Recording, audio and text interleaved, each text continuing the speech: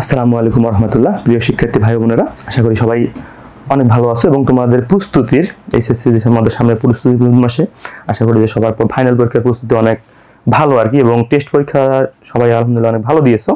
তো শেষ সময় এসে আমরা আজকে কি করব, আজকে আমরা বিজনেস টাইটান্সের পক্ষ থেকে তোমাদেরকে দেখানোর চেষ্টা করব আজকে আমাদের পরিসংখ্যান প্রথম পত্রের জন্য আমাদের যে সিলেবাসটা আছে সেই সিলেবাসের গুরুত্বপূর্ণ টপিকস যেগুলো সাধারণত ফাইনাল পরীক্ষায় আসে। দেখা যাচ্ছে ফাইনাল পরীক্ষায় কিন্তু সবগুলো টপিকস আসে না, যদিও শর্ট সিলেবাস, এখান থেকে অনেক কিছু বাদ যায়, অনেক কিছু আবার আসে। তো আমরা আজকে দেখার চেষ্টা করব যে কোন কোন বিষয়গুলো আমাদের অনেক বেশি ইম্পর্টেন্ট, কোন কোন বিষয়গুলোতে কম আসে, কোন কোন বিষয় থেকে সৃজনশীল আসে, কোন কোন বিষয়গুলো থেকে আমাদের এমসিকিউ আসে।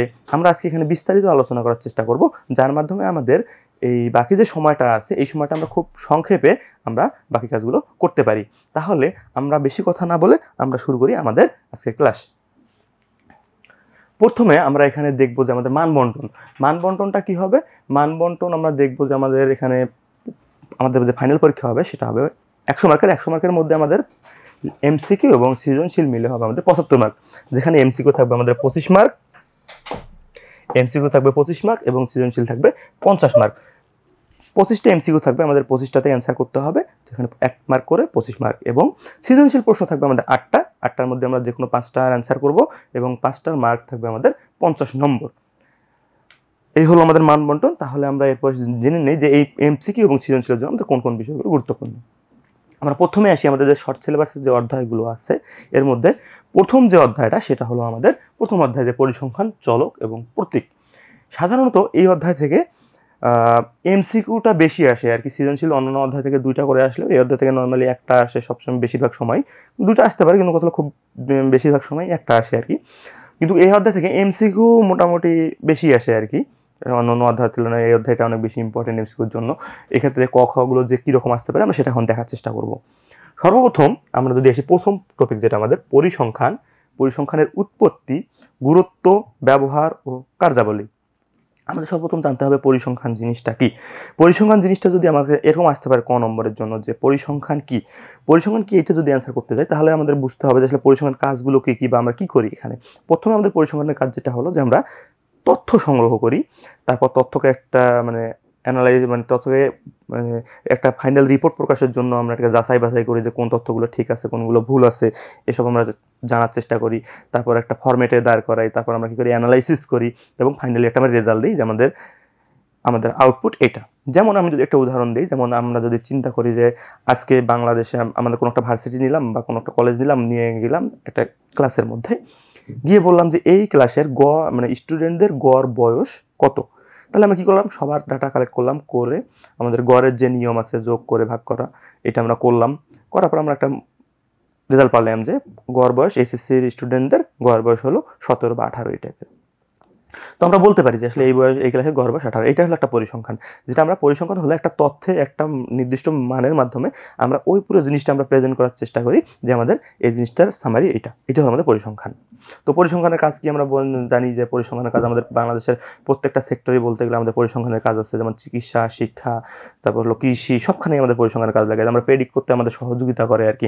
তবে পরিসংখ্যানকে বলা হয় একটা যে সুপারলেটিভ ডিগ্রি অফ লাই, যে আসলে এটা বলার কারণ হলো যে আমরা পরিসংখ্যান দিয়ে আমরা এস্টিমেট করতেছি, কোনো একটা ভ্যালু দাঁড় করাচ্ছি, কিন্তু কথা হলো সেটা যে সবসময় বা সঠিক রেজাল্ট দেবে বিষয়টা এমন না। কথা হলো যে ম্যাথের থেকে এটাই আমাদের ডিফারেন্স, যে আমরা একটা তথ্য আমরা বলতে পারতেছি কিন্তু সেটা আসলে আমাদের এক্সাক্ট রেজাল্ট দিবে কিনা সেটা আমরা জানি না, কিন্তু আমরা একটা ধারণা করতে পারতেছি। যেমন আমাদের কোভিড হয়েছিল 2019-20, তো আমরা আমাদেরকে আগে থেকেই বলে দিছিল যে আসলে এত কোটি মানুষ বা এত লক্ষ মানুষ মারা যাবে বা ইফেক্টেড হবে। এটাই পরিসংখ্যানের মাধ্যমে আমরা বের করতে পারছি। তো কথা হলো এরপর আমরা পরের টপিক্সে আসি। পরের টপিক্স হলো আমাদের সমগ্রক ও নমুনা। সমগ্রকে পরিসংখ্যানের ক্ষেত্রে একটা বিষয় যে আমরা যদি বাংলা শব্দগুলোর ইংলিশ টার্মটা জেনে নিতে পারি তাহলে আমাদের অনেক সহজ হয়। তো এক্ষেত্রে সমগ্রকের ইংলিশ হলো পপুলেশন, আর নমুনা হলো স্যাম্পল। তো পপুলেশন আর স্যাম্পল এই দুটোর দ্বারা আমরা খুব সহজে বুঝতে পারি যে সমগ্রক আর নমুনা কি। সমগ্র হলো একটা তথ্য বিশ্বের সব কিছু তথ্য নিয়ে আমরা যখন অ্যানালাইসিস করব। যেমন আমি যদি চিন্তা করি একটা স্কুলের স্টুডেন্টদের গড় বয়স কত, তাহলে আমরা কি করব, সব স্টুডেন্টদের বয়স নিয়ে আমরা গড় বের করব। কিন্তু যদি আমরা বলি যে আমরা কিছু সংখ্যক স্টুডেন্ট নেবো, 50 জন স্টুডেন্ট নেবো একটা স্কুল থেকে, তাহলে কি আমরা র্যান্ডমলি বা যে কোনো পদ্ধতিতে আমরা যে নমুনা সিলেক্ট করার যে প্রক্রিয়া আছে সেটার মাধ্যমে আমরা নমুনা সংগ্রহ করে আমরা এটাতে বের করবো যে আসলে আমাদের যেহেতু এটা নমুনা করা হয়, নমুনা এখানে আমার একটা বিষয় আছে যে নমুনা কেন করা হয়, নমুনায়ন কেন করা হয়। এটার একটা বড় কারণ হলো যে যদি আমাদের আমি একটা জরিপ করবো, জরিপে দেখা যাচ্ছে আমার বাজেট কম অথবা আমার সময় কম, তাহলে আমি কি করি, নমুনার তথ্য কালেক্ট করে আমরা এটা দিয়ে আমরা সমগ্রকে প্রেজেন্ট করার ট্রাই করি। এটা হলো নমুনা। আর নমুনার একটা বৈশিষ্ট্য হলো যে এখানে অনেক ধরনের ভুল থাকার সম্ভাবনা থাকে। যেমন যদি আমি একজনকে দায়িত্ব দিলাম যিনি আসলে কাজটা প্রপারলি করতে পারতেছে না বা উনি ওই সম্পর্কে তার জ্ঞানের অভাব আছে, তিনি কিন্তু ওই কাজটা ঠিকমতো করতে পারবে না। তারপর যদি আমি ম্যাথমেটিক্যাল যে ক্যালকুলেশনগুলো করব সেখানে যদি ভুল হয় সেটা এক ধরনের ভুল থাকে। এই কারণেই নমুনা সবসময় করা হয় না। যদি আমাদের সুযোগ থাকে আমরা সবসময় পপুলেশন বা সমগ্রকে প্রেফার করব। আচ্ছা, এক্ষেত্রে এই যে সমগ্র এবং নমুনা থেকে আমাদের এমসিকিউ আসে, এরকম এমসিকিউ আসে যে নিচের কোনটি সমগ্র বা নমুনার উদাহরণ। তারপর এখানে আমি যদি পরেরটাতে আসি, আর এই যে আর মনে কর এইটা না, চলক ও ধ্রুবক। চলক জিনিসটা কি? চলক জিনিসটা হলো যেটার মান প্রতিনিয়ত পরিবর্তন হয়। এখন আমি একটা ক্লাসে গেলাম, গিয়ে বললাম যে তার হাইট কত বা উচ্চতা কত, তখন আমি একজনকে স্টুডেন্টকে দাঁড়ালে সে বলবে 5 ফুট 1 ইঞ্চি, একজনকে বললে দাঁড়ালে বলবে 5 ফুট 2 ইঞ্চি বা 5 ফুট 3 ইঞ্চি, এই টাইপের কিছু একটা। কিন্তু এটা কিন্তু কনস্ট্যান্ট থাকতেছে না যে সবারই সেম, কিন্তু কথা হলো যে এক একজনকার এক এক রকম মান, এই কারণে এটা বলতেছি আমরা চলক। আর যদি ধ্রুবকের কথা চিন্তা করি, ধ্রুবক কি জিনিস? ধ্রুবক হলো যেটার মান আমি কাউন্ট করলেও যেটা হবে, তুমি কাউন্ট করলেও সেটা হবে, আরেকজন কাউন্ট করলেও সেটা হবে, যেটা মানে এক কথা বলতে গেলে যেটা মান সবসময় সমান। এরকম উদাহরণ যদি বলতে যায় যে পৃথিবীর ব্যাসার্ধ, আলোর বেগ, এটার মান কি? যেই করুক এটা কিন্তু সবসময় মান আমাদের সেম দিবে। এই কারণে এটাকে বলা হয় ধ্রুবক, মানে যেটার মান কখনো পরিবর্তন হয় না। এরপর আসি যে গুণবাচক ও সংখ্যাবাচক চলক। গুণবাচক আর সংখ্যাবাচক চলক বলতে গেলে গুণবাচক এটা দ্বারা সহজেই বোঝা যায় যেটা আমি গুণ বোঝাচ্ছি, মানে যেটা দ্বারা আমার গুণ মানে স্টুডেন্টটা কেমন, ভালো না খারাপ, এটা হলো গুণ। কারো ভালো মন্দ খারাপ এই জিনিসগুলো বোঝায়, সেটা হলো গুণবাচক। আর সংখ্যাবাচক বলতে কি বোঝায়? যেটা আমি সংখ্যা দ্বারা প্রেজেন্ট করতে পারি, যে ক্লাস রোল কত, পরীক্ষার মার্ক কত, তার উচ্চতা কত, এটা হলো আমাদের সমগ্র। আচ্ছা, তারপর হলো আমাদের বিচ্ছিন্ন চলক আর অবিচ্ছিন্ন চলক। চলক বলতে কি আমরা বুঝতেছি যেটার মানে আমাদের পরিবর্তন হয়। এখানে বিচ্ছিন্ন এবং অবিচ্ছিন্ন যারা বোঝাচ্ছে, যে বিচ্ছিন্ন বলতে বোঝাচ্ছে এরকম যে পূর্ণ সংখ্যা 0 1 2 3 এইভাবে ইনফিনিটি পর্যন্ত, এটা হলো আমাদের বিচ্ছিন্ন। মানে কত হলো এখানে কোনো একটার সাথে একটা কোনো ওভারল্যাপ, মানে আমি যদি বলি যে 2 থেকে 5 পর্যন্ত বিচ্ছিন্ন চলক, তাহলে আমি কি নিব? 2 3 4 5, 2 থেকে 5, এটা হলো আমাদের বিচ্ছিন্ন চলক। আর আমি যদি বলি অবিচ্ছিন্ন চলক, অবিচ্ছিন্ন চলক বলতে কি বোঝায়?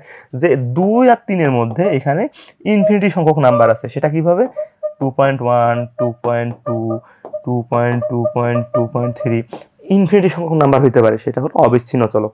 আশা করি যে বিচ্ছিন্ন চলক এবং অবিচ্ছিন্ন চলক দ্বারা কি বোঝায় সেটা আমরা বুঝতে পেরেছি। এখন কথা হলো এখানে আমাদের এই যে তিনটা টপিকস আমরা পড়লাম, চলক ও ধ্রুবক, গুণবাচক ও সংখ্যা চলক, বিচ্ছিন্ন অবিচ্ছিন্ন, এই তিনটা থেকে কি প্রশ্ন আসে? সবচেয়ে বেশি যে জিনিসটা আসে সেটা হলো পার্থক্য। বলে যে চলক এবং ধ্রুবকের মধ্যে পার্থক্য লেখো, গুণবাচক ও সংখ্যা চলকের মধ্যে পার্থক্য লেখো, বিচ্ছিন্ন এবং অবিচ্ছিন্ন চলকের মধ্যে পার্থক্য লেখো। খ নম্বর খুব বেশি ইম্পর্টেন্ট এবং অনেকবার এই প্রশ্নটা আসছে। আশা করি তোমাদের সবারই আয়ত্তে আছে এবং তোমরা পরীক্ষা আসলে সুন্দরভাবে অ্যান্সার করতে পারবা। এরপরের আমরা টপিক আসি যে পরিমাপনের প্রকার। পরিমাপনের প্রকার হলো 4 প্রকার, আমরা সেটা জানি, যে নমিনাল, অর্ডিনাল, ইন্টারভাল, রেশিও। যদি বাংলায় বলতে চাই, নাম সূচক, ক্রম সূচক, শ্রেণী সূচক আর হলো আনুপাতিক সূচক। এই 4 প্রকার। এই 4 প্রকার থেকে আমাদের কি আসে? এই 4 প্রকার থেকে আমাদের আসে যে আমাদের এই দুই ধরনের কোশ্চেন আসতে পারে। যে কোনো একটা উদাহরণ দিবে যে এটা কিসের উদাহরণ। যদি আমি চিন্তা করি যে বলি যে তাপমাত্রা, তাপমাত্রা কিসের কোন চলকের উদাহরণ? আমাকে 4টা অপশন দিল যে নাম সূচক, শ্রেণী সূচক, ক্রমিক সূচক এবং আনুপাতিক সূচক, নিচের কোনটা তাপমাত্রার উদাহরণ। তো আমাদের এটা হতে পারে যে তাপমাত্রা কিসের উদাহরণ, সেটা আমি এখান থেকে বলতে পারবো যে এটা আমাদের শ্রেণী সূচক উদাহরণ। তারপর আরেকটা হতে পারে যে এটাকে যদি ঘুরায় দেয় যে কোনটি শ্রেণী সূচকের উদাহরণ, তখন আমাকে দেখতে হবে কোথায় তাপমাত্রা আছে। তো এটা দু ধরনের কোশ্চেন এমসিকিউ আসে এখান থেকে, যে তাপমাত্রা কোন শ্রেণী সূচকের উদাহরণ অথবা শ্রেণী সূচকের উদাহরণ কোনটা। এই কারণে আমাদের খুব সুন্দর করে পড়তে হবে আর কি এই জিনিসটা। তো এখান থেকে আমাদের নর্মালি দুইটা ধরনের কোশ্চেন আসে, একটা হলো এমসিকিউ আসে, এমসিকিউ তো আবার দুই প্রকারের আসে, আর আরেকটা আসে যে এই 4টার মধ্যে যে কোনো দুইটার পার্থক্য লিখতে পারে, বলে যে শ্রেণীবাচক আর আনুপাতিক সূচকের পার্থক্য লেখো। তো এই জিনিসগুলো আসতে পারে, এটা খুবই বেশি ইম্পর্টেন্ট। এখান থেকে এই যে মাদের 2 থেকে 6 এখান থেকে একটা অবশ্যই আসে এবং আসবে, সবসময় আসে নর্মালি।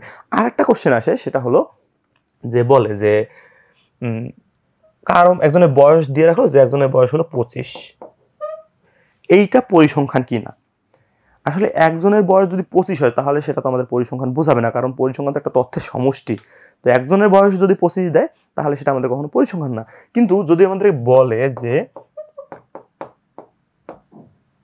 গড় 25, সেটা কিন্তু আমাদের পরিসংখ্যান, কারণ সেটা একটা তথ্যের সমষ্টি। গড় মানে কি, আমাদের যতগুলো তথ্য আছে সেগুলো যোগ করে আমাদের টোটাল নাম্বার দেওয়া অবজারভেশন দ্বারা যদি আমি ভাগ করি তাহলে সেটা আমাদের গড় আসে। তো সেক্ষেত্রে কিন্তু এটা আমাদের পরিসংখ্যান, আদারওয়াইজ কিন্তু এটা আমাদের পরিসংখ্যান না। তার মানে 25 একজনের বয়স যদি হয় সেটা আমাদের পরিসংখ্যান না।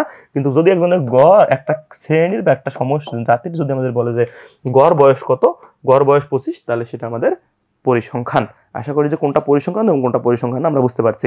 এখানে এই জিনিসটা আমাদের খ নাম্বারের জন্যও আসে, ক নাম্বারের জন্যও আসে। ক নাম্বারের জন্য এবং ক, খ এবং এমসিকিউ সবগুলোর জন্য আসে, যে কোন নিচের কোনটি পরিসংখ্যান, বা খ নাম্বারে বলে যে কারো বয়স 25 তাহলে সেটা পরিসংখ্যান কিনা, বা কারো গড় বয়স 25 সেটা পরিসংখ্যান কিনা, এই টাইপের কোশ্চেন আসে। আশা করি যে তোমরা এখান থেকে সম্ভাব্য এমসিকিউ ক, খ এর জন্য বুঝে গেছো যে আসলে কি ধরনের কোশ্চেন আসতে পারে। এবার আসি আমরা 7 নাম্বারে। 7 নাম্বারটা আমাদের কি বলছে? 7 নাম্বার এখানে আমাদের প্রত্যেকের ব্যবহার। এখানে আমাদের প্রতীক আছে যে সামেশন, ডাবল সামেশন, প্রোডাকশন, মানে এটা হলো ডট গুণ, এটা আমাদের গুণের কাজ করে, এটা আমাদের যোগের কাজ করে। তো এই জিনিসটা, এটা আমাদের ব্যবহারগুলো, আমাদের কিছু সিদ্ধান্ত ছিল যেগুলো নর্মালি আসে না, প্রমাণ আসে না পরীক্ষায়। কিন্তু কথা হলো এখানে তোমার এই ব্যবহারগুলো, এটা প্রত্যেকটা মান কিভাবে বের করে, এটা গ এবং ঘ এর জন্য খুব বেশি ইম্পর্টেন্ট এবং এটা আসবেই বলা যায়। কারণ কথা হলো এখান থেকে প্রত্যেক বছর এই থেকেই ম্যাথ আছে। তোমার এমসিকিউ এবং ক, খ আসে উপরের 6টা থেকে, এবং গ আর ঘ আসে 7 নাম্বার থেকে। তো আমাদের বোঝা গেছে যে আসলে প্রথম অধ্যায়ে আমাদের জিনিসগুলো কি আসে, কিভাবে আসে, আশা করি আমরা বুঝতে পারছি। তো কথা হলো আমরা দেখি যে আসলে এই অধ্যায় থেকে আমাদের কি কি প্রশ্ন আসে, আমরা কিছু সৃজনশীল দেখার চেষ্টা করি এবং এর সম্ভাব্য উত্তরগুলো কীরকম হতে পারে সেটা আমরা একটু দেখার চেষ্টা করি। তো এখানে প্রথমে আমরা দেখতে পাচ্ছি যে আমাদের একটা সৃজনশীল আছে, যেটা হলো আমাদের রাজশাহী, যশোর, দিনাজপুর, বরিশাল, ময়মনসিংহ বোর্ডে 2023 সালে আসছে। কি প্রশ্ন বলছে আমরা একটু পড়ে দেখি। কোনো এক কারখানার 5 জন শ্রমিকের মাসিক মজুরি 1000 টাকায় এবং মাসিক ব্যয় 1000 টাকায়। নিচে সারণী দেওয়া হলো, আমাদের মজুরি এবং ব্যয় এক্স এবং ওয়াই এর মাধ্যমে দেখানো হয়েছে। মজুরি আমাদের এক্স আই আর ব্যয় আমাদের ওয়াই আই। তার মানে এখানে একটা জিনিস খেয়াল রাখার বিষয়, আমাকে যদি বলে যে নিচের কোনটা চলক, আমাকে যদি দিল X Y, X I, X Y,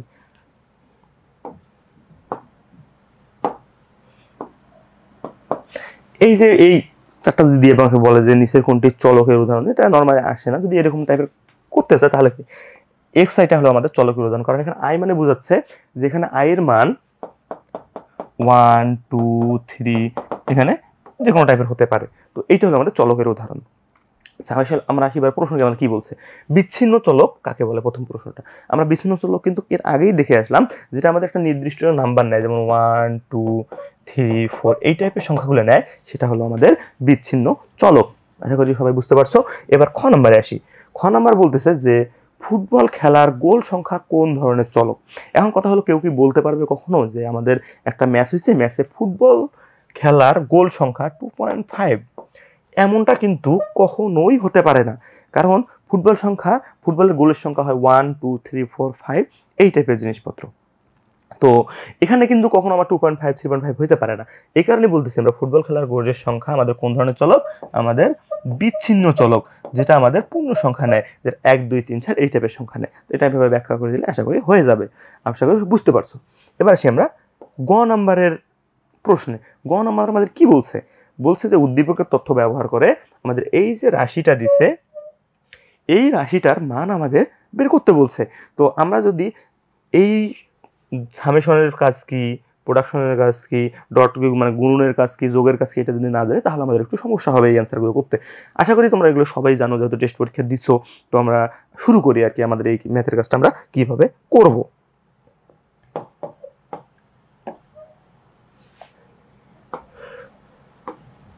আচ্ছা, আমরা শুরু করি যে আসলে আমাদের ম্যাথটা কিভাবে করতে হবে। আমাদের এখানে সামেশন xi - 10 হোল স্কয়ার, এখানে 5 দিছে i = 1। তার মানে কি এখানে আমাদের i এর মান 1 থেকে 5 পর্যন্ত, এটা আমাদের 1, এটা আমাদের 2 3 4 5। তার মানে কি আমাদের এক্স এর মান জায়গায় এক্স এর মানগুলো বসাইতে হবে এবং সামনের দিকে আমাদের আগাইতে হবে। জিনিসটা কিভাবে হয় যে এক্স এর জায়গায় আমি প্রথমে যদি বসাই 10 - 10 স্কোয়ার প্লাস আমার x2 এর মান কত 8, তারপর 8 - 10 হোল স্কোয়ার, এভাবে আমরা সবগুলো মান বসাবো এবং সবগুলো যদি গুণ করি 2 স্কোয়ার 0 স্কোয়ার 2 স্কোয়ার এভাবে যদি আমি শেষ পর্যন্ত করি তাহলে আমরা দেখব যে আমাদের শেষে যে অ্যান্সারটা আসছে সেটা হলো আমাদের 49। এভাবে আমরা ক্যালকুলেশন করে সুন্দর মতো এই ম্যাথটার আমরা মান বের করতে পারি। আশা করি যে সবাই বুঝতে পারছো। তো আমরা এবার যাই পরের ম্যাথের জন্য।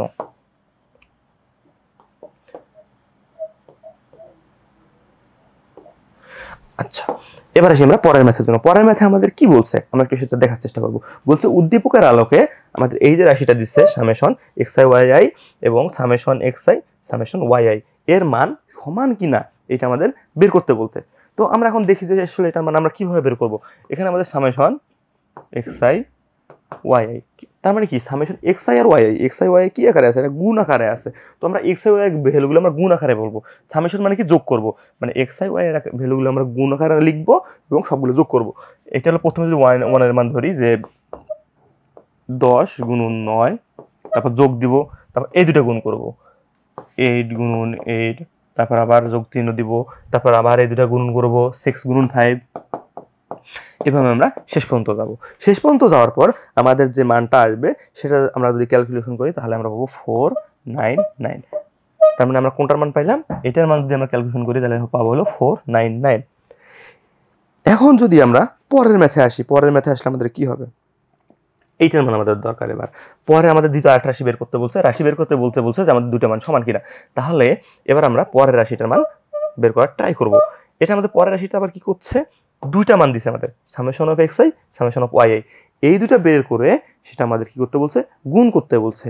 তো আমরা এখন শুরুতে আগে সামেশন অফ xi এর মান বের করব, তারপর সামেশন অফ y এর মান বের করব। তাহলে আমাদের শুরুতে সামেশন অফ xi সমান কত সেটা আমরা বের করতে ট্রাই করি। সামেশন অফ xi মানে কি x এর যতগুলো ভ্যালু আছে আমাদের আমরা সবগুলা সাম করব। x এর ভ্যালুগুলো আমরা সাম করব। x এর ভ্যালু কত 10 8 6 12 15। এখন আমরা যদি xi দ্বারা বোঝাচ্ছে যে আমাদের 10 + 8 + 6 + 12 + 15, আমরা এই ভ্যালুগুলো যোগ করলে আমাদের ভ্যালু মান আসবে হলো আমাদের 51। এবং সামেশন অফ y একইভাবে আমরা বের করব। আমরা যদি y এর মান বের করি তাহলে আমাদের কি হবে 9 8 5 10 13, এই ভ্যালুগুলো আমাদের যোগ করতে হবে। এই ভ্যালুগুলো যোগ করলে আমাদের কত আসবে 9 8 ... প্লাস 13, এই ভ্যালুগুলো যোগ করলে আমাদের আসবে হলো 45। তাহলে আমি এইটার মান পাচ্ছি হলো আমাদের 51 এবং এইটার মান পাচ্ছি আমি 45।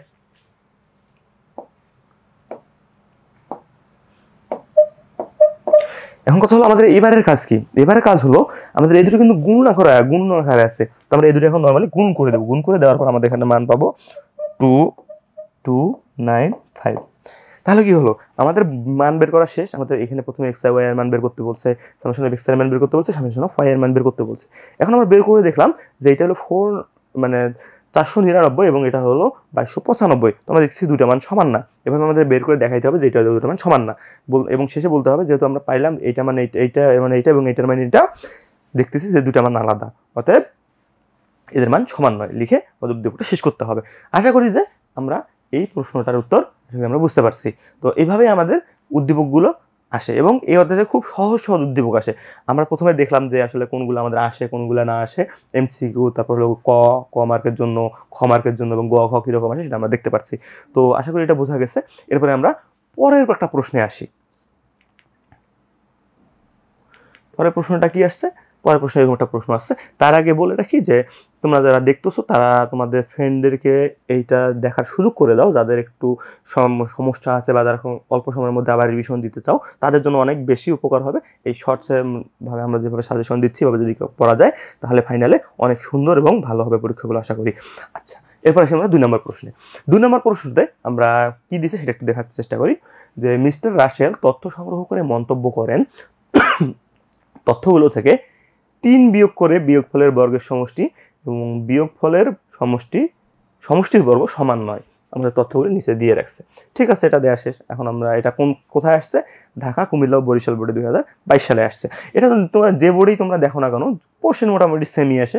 ক নম্বরে একটা সংজ্ঞা চাই, খ নম্বরে একটা ব্যাখ্যা দিতে বলে যেটা অমুক কি না, তারপর বা পার্থক্য নরমালি আসে, আর গ কি করে ম্যাথ করতে বলে। এটা আসলে এই অধ্যায়ের জন্য কমন একটা উদ্দীপক বলা যায়।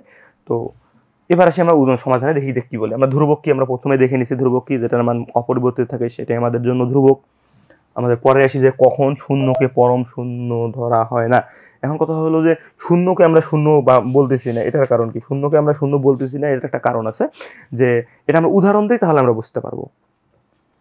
কথা হলো যে একটা পরীক্ষা হলো, পরীক্ষার মধ্যে কোনো একটা স্টুডেন্টের মার্ক দেখা গেল যে শূন্য পাইছে। বিষয়টাকে এমন যে সে কিছু জানে না পড়াশোনা সম্পর্কে, সে পরীক্ষায় শূন্য পাইছে, ঠিক আছে, তার মার্ক শূন্য, কিন্তু কত এর মানে তো এটা বোঝাচ্ছে না যে সে কিছুই জানে না। এখানে তার মানে কি, এখানে শূন্য পাওয়ার পরেও এখানে শূন্যকে আমরা শূন্য হিসেবে মেজার করতেছি না। এটা কোন স্কেলে হয়? এটা হলো আমাদের শ্রেণীসূচক স্কেলে, শ্রেণীসূচক পরিমাপ স্কেলে আমরা এটা ব্যবহার করি, যে শূন্যকে পরম শূন্য হিসেবে ধরা হয় না। এটা একটা এর বৈশিষ্ট্য হিসেবে আসে। এটা এমসিকিউর জন্য অনেক বেশি ইম্পর্টেন্ট, যে বলা হয় যে নিচের কোনটি শূন্য হিসেবে ধরা হয় না এমসিকিউ, সেটা হলো শ্রেণীসূচক পরম স্কেল। আশা করি বুঝতে পারছো।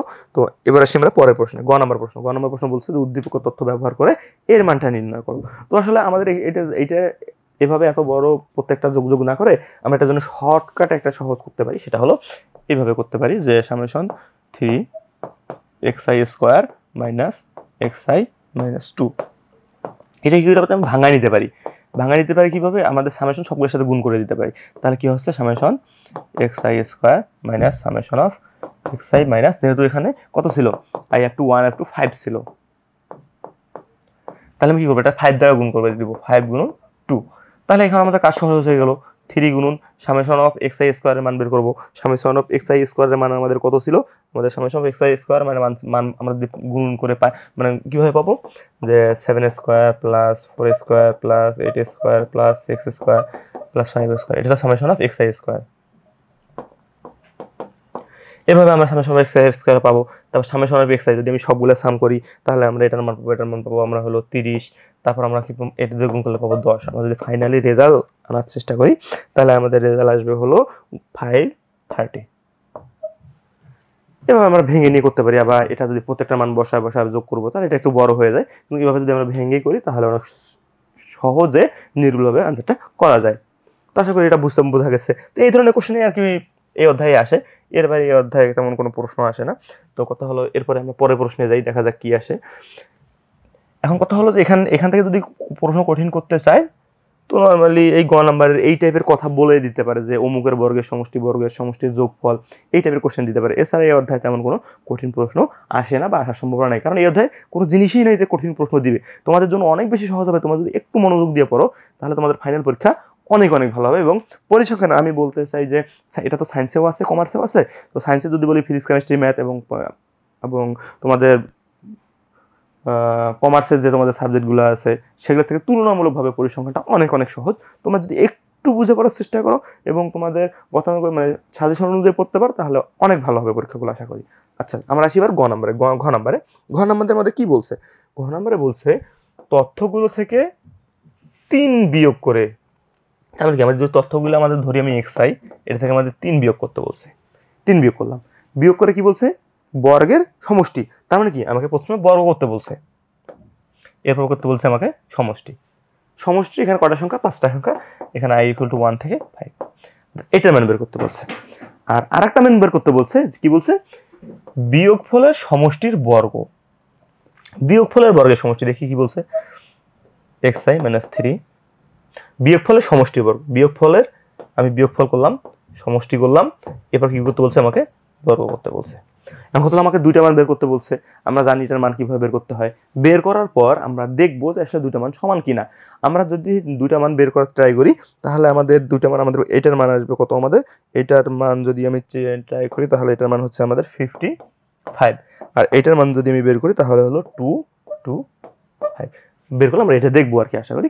তো এই হলো বিষয়, যে আমরা এভাবে মানগুলো বের করবো, বের করে দেখবো যে দুটার মান সমান না। যদি সমান হয় তাহলে আমরা বলতাম যে এই যে মিস্টার রাসেল যা বলছে সেটা ঠিক বলছে, আর যেহেতু সমান না সেহেতু বলবো যে আসলে মিস্টার রাসেল ঠিকঠাক মতো বলেনি, যার মানে তার এটা ভুল। এভাবে আমরা উত্তর করে দিব। আশা করি সবাই বুঝতে পারছো। এরপর আমরা আমাদের পরের অধ্যায় কি বলছে। এরপর আমাদের অধ্যায় হলো তৃতীয় অধ্যায়। তৃতীয় অধ্যায় হলো কেন্দ্রীয় প্রবণতা। অনেক সহজ এবং অনেক ইম্পর্টেন্ট একটা অধ্যায়।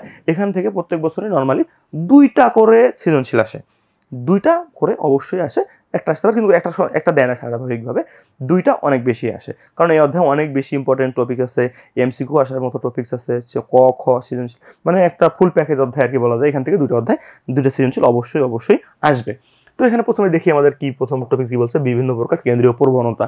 কেন্দ্রীয় প্রবণতা আমাদের কি, যদি আমরা মেইনলি প্রবণতার কথা চিন্তা করি, সেটা হলো আমাদের সেটা কমন একটা সবার মাথায় প্রথমে যে জিনিসটা আসে সেটা হলো যে গড়, মধ্যমা আর হলো প্রচুরক। এখন কথা হলো যে এই 3টে শব্দকে আমরা 3টা ওয়ার্ডে বা 3টা লাইনে প্রকাশ করতে পারি। গড় কি, যোগ করে ভাগ। মধ্যমা কি, মধ্যমা হলো মাঝের সংখ্যা। আর প্রচুরক বেশি সংখ্যা।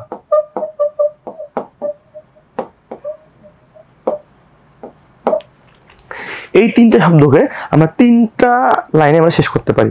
আমাদের গড় বলতেছে যে যোগ করে ভাগ, মানে কি আমরা গড় বের করতে গেলে সবগুলো যোগ করব এবং টোটাল নাম্বার সংখ্যা যতগুলো ছিল সেই সংখ্যা দ্বারা ভাগ করব, এটা হলো আমাদের গড়। মধ্যমা কি, সবসময় মাঝে আমাদের যতগুলো তথ্য সারি দেওয়া থাকে সেটা আমাদের মাঝের সংখ্যাটা হলো আমাদের মধ্যমা।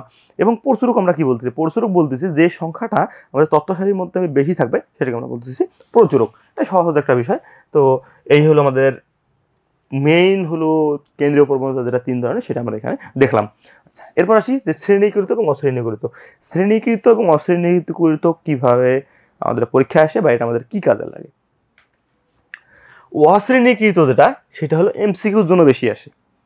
এটা কিভাবে আসে, বলে যে একটা তথ্য সারি 2 4 5 6 দিয়ে বললো যে এর গড় কত, 2 4 এইভাবে একটা তথ্য সারি দিয়ে বললো যে মধ্যমা কত, এর প্রচুরক কত। এটা দেখেই বোঝা যাবে যে গড় করতে বলে যোগ করে ভাগ করব, মধ্যমা বের করতে বলে মাঝের যে সংখ্যাটা থাকে, এটা হলো তোমার বিজোড় সংখ্যার ক্ষেত্রে, জোড় সংখ্যার ক্ষেত্রে কি হয়, মাঝের 2টা সংখ্যাকে যোগ করে 2 দ্বারা ভাগ করতে হয়। আর প্রচুরক কি দেখতে হবে যে আমাদের, আমি যে একটা তথ্য সারি বলি যে 2 3 0 5, এটা প্রচুরক কত, এটা কোনো সংখ্যাই, সবগুলো সংখ্যাই একবার করে আসছে, দেখুন এটা প্রচুরক নাই। যদি এখানে একটা থাকতো 3 আরেকবার থাকতো, তাহলে আমরা কি বলতাম যে প্রচুরক আমাদের 3 আসছে 2বার করে, 3 আসছে 2বার, এই কারণে আমাদের এটা প্রচুরক। তো এইভাবেই যে সংখ্যাটা বেশি থাকবে সেটা আমাদের প্রচুরক। অশ্রেণীকৃতটা সাধারণত কিসের জন্য আসে, এমসিকিউর জন্য আসে। হ্যাঁ, এক্ষেত্রে তোমার অশ্রেণীকৃতটা সৃজনশীলের জন্য আসতে পারে, কিন্তু তখন গ এবং মানে 3য় অধ্যায় এবং প্রথম অধ্যায় এই দুইটা কি করে কম্বাইন করে। গ নাম্বারে বললো তোমার গড়, মধ্যমা, প্রচুরক নির্ণয় করো, গম বা ঘ নাম্বারে তোমার বলতে পারে যে এটা সামেশন, আগে যে ম্যাথগুলো দেখলাম এই টাইপের কিছু একটা বের করতে বলতে পারে, যেভাবে কম্বাইন যদি দেয় তাহলে এভাবে অশ্রেণীকৃত থেকে স্বাভাবিকভাবে আসে। কিন্তু শ্রেণীকৃতটা খুবই আসে। শ্রেণীকৃতটা আমরা দেখবো যে আমাদের এখানে সৃজনশীল আমরা দেখবো একটু পর। তো সেখানে আমাদের শ্রেণীকৃত তথ্যের জন্য আসে। শ্রেণীকৃত তথ্যের জন্য আমাদের কি বের করতে বলে, গাণিতিক গড়, জ্যামিতিক গড়, তরঙ্গ গড়, মধ্যমা, ভারারোপিত গড়। আমাদের এখান থেকে প্রথমে সবচেয়ে বেশি আসে হলো আমাদের মানে গ নাম্বারে এবং ঘ নাম্বারে, এই 3টা বেশি আসে। এই দুটো আমাদের বেশি আসে আমাদের সৃজনশীলের জন্য। আমার তো সূত্র আছে, সূত্র দিয়ে আমরা ম্যাথ করে ফেলতে পারি। তো আশা করি আমরা সবাই সূত্রগুলো জানি। আর এখান থেকে তো এমসিকিউ যদি আমি বলি, আর একটা স্পেসিফিক এমসিকিউ, তাহলে হলো এই জ্যামিতিক গড় থেকে আসে। জ্যামিতিক গড় থেকে কিরকম ধরনের কোশ্চেন আসে, বলে যে হলো যে জ্যামিতিক গড়ের বৈশিষ্ট্য কি। শুধু জ্যামিতিক গড়ের জন্য না, তোমরা একটা জিনিস আসলে মনে রাখবা বা মুখস্থ করার ট্রাই করবা, যে এদের বেসিক পার্থক্যগুলো, যে জ্যামিতিক গড় গাণিতিক গড় থেকে আলাদা কেন, বা কখন জ্যামিতিক গড় থেকে গাণিতিক গড় ব্যবহার করা বেশি উপযোগী, কখন তরঙ্গ গড় ব্যবহার করা বেশি উপযোগী, কখন গাণিতিক গড় ব্যবহার করা উপযুক্ত না, এই টাইপের জিনিসগুলো বেশি আসে খ নাম্বারের জন্য, এবং খুবই বেশি আসে। এবং জ্যামিতিক গড়ের একটা বৈশিষ্ট্য এমসিকিউ যেটা কমন বৈশিষ্ট্য আছে, সেটা হলো বলে যে নিচের কোন সংখ্যাগুলো জ্যামিতিক গড়ের জন্য বেশি উপযুক্ত। জ্যামিতিক গড় নরমালি কি করতে হয়, জ্যামিতিক গড় নরমালি রুট ওভার দিয়ে এন যে কটা সংখ্যা থাকে সেটা আমাদের করতে হয়। তাহলে কি রুট ওভারের ক্ষেত্রে আমাদের নরমালি একটা জিনিস, আমাদের এই রুট ওভারের হলো কমন বৈশিষ্ট্য হলো যে সেটার ভিতরে নন নেগেটিভ নাম্বার হবে। নন নেগেটিভ নাম্বার বলতে অঋণাত্মক সংখ্যা, শূন্য সহ অঋণাত্মক সংখ্যা। তার মানে কথা হলো এখানে কি, যদি আমাদের এখানে কি আমরা যদি বলি x1 গুণন x2 গুণন xn, এখানে যদি আমাদের একটা শূন্য চলে আসে তাহলে কি হবে, পুরো তথ্য সারিটার মান আমাদের শূন্য চলে আসবে। এই কারণেই বলতেছে আমাদের অশূন্য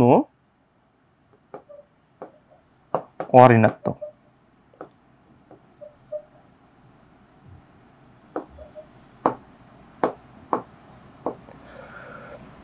অঋণাত্মক।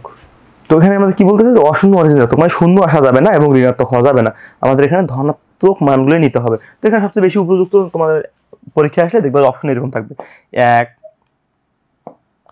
4, তারপর হলো 9, 16, 25। কেন এই তথ্য সারিটাই বেশি ইম্পর্টেন্ট, যদি এটা বলতে মানে বেশি মানে উপযুক্ত যদি এটা বলতে চাই তাহলে এটা বলবো যে দেখো 1 কে বর্গমূল করলে 1 হয়, 4 কে বর্গমূল করলে 2 হয়, 9 কে বর্গমূল করলে 3 হয়, 16 কে বর্গমূল করলে 4 হয় এবং 25 কে 5।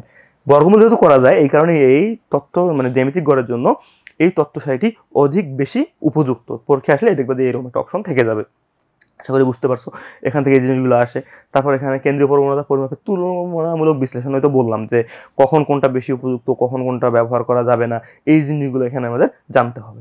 আর সবচেয়ে আরেকটা বড় বিষয় সেটা হলো এই যে এই টপিক্সটা চতুর্থক, দশমক এবং শতমকের ধারণা। তো দশমক এবং শতমক এখানে চতুর্থক কি করে, চতুর্থকের কাজ হলো একটা তথ্য সারিকে কয় ভাগে ভাগ করে,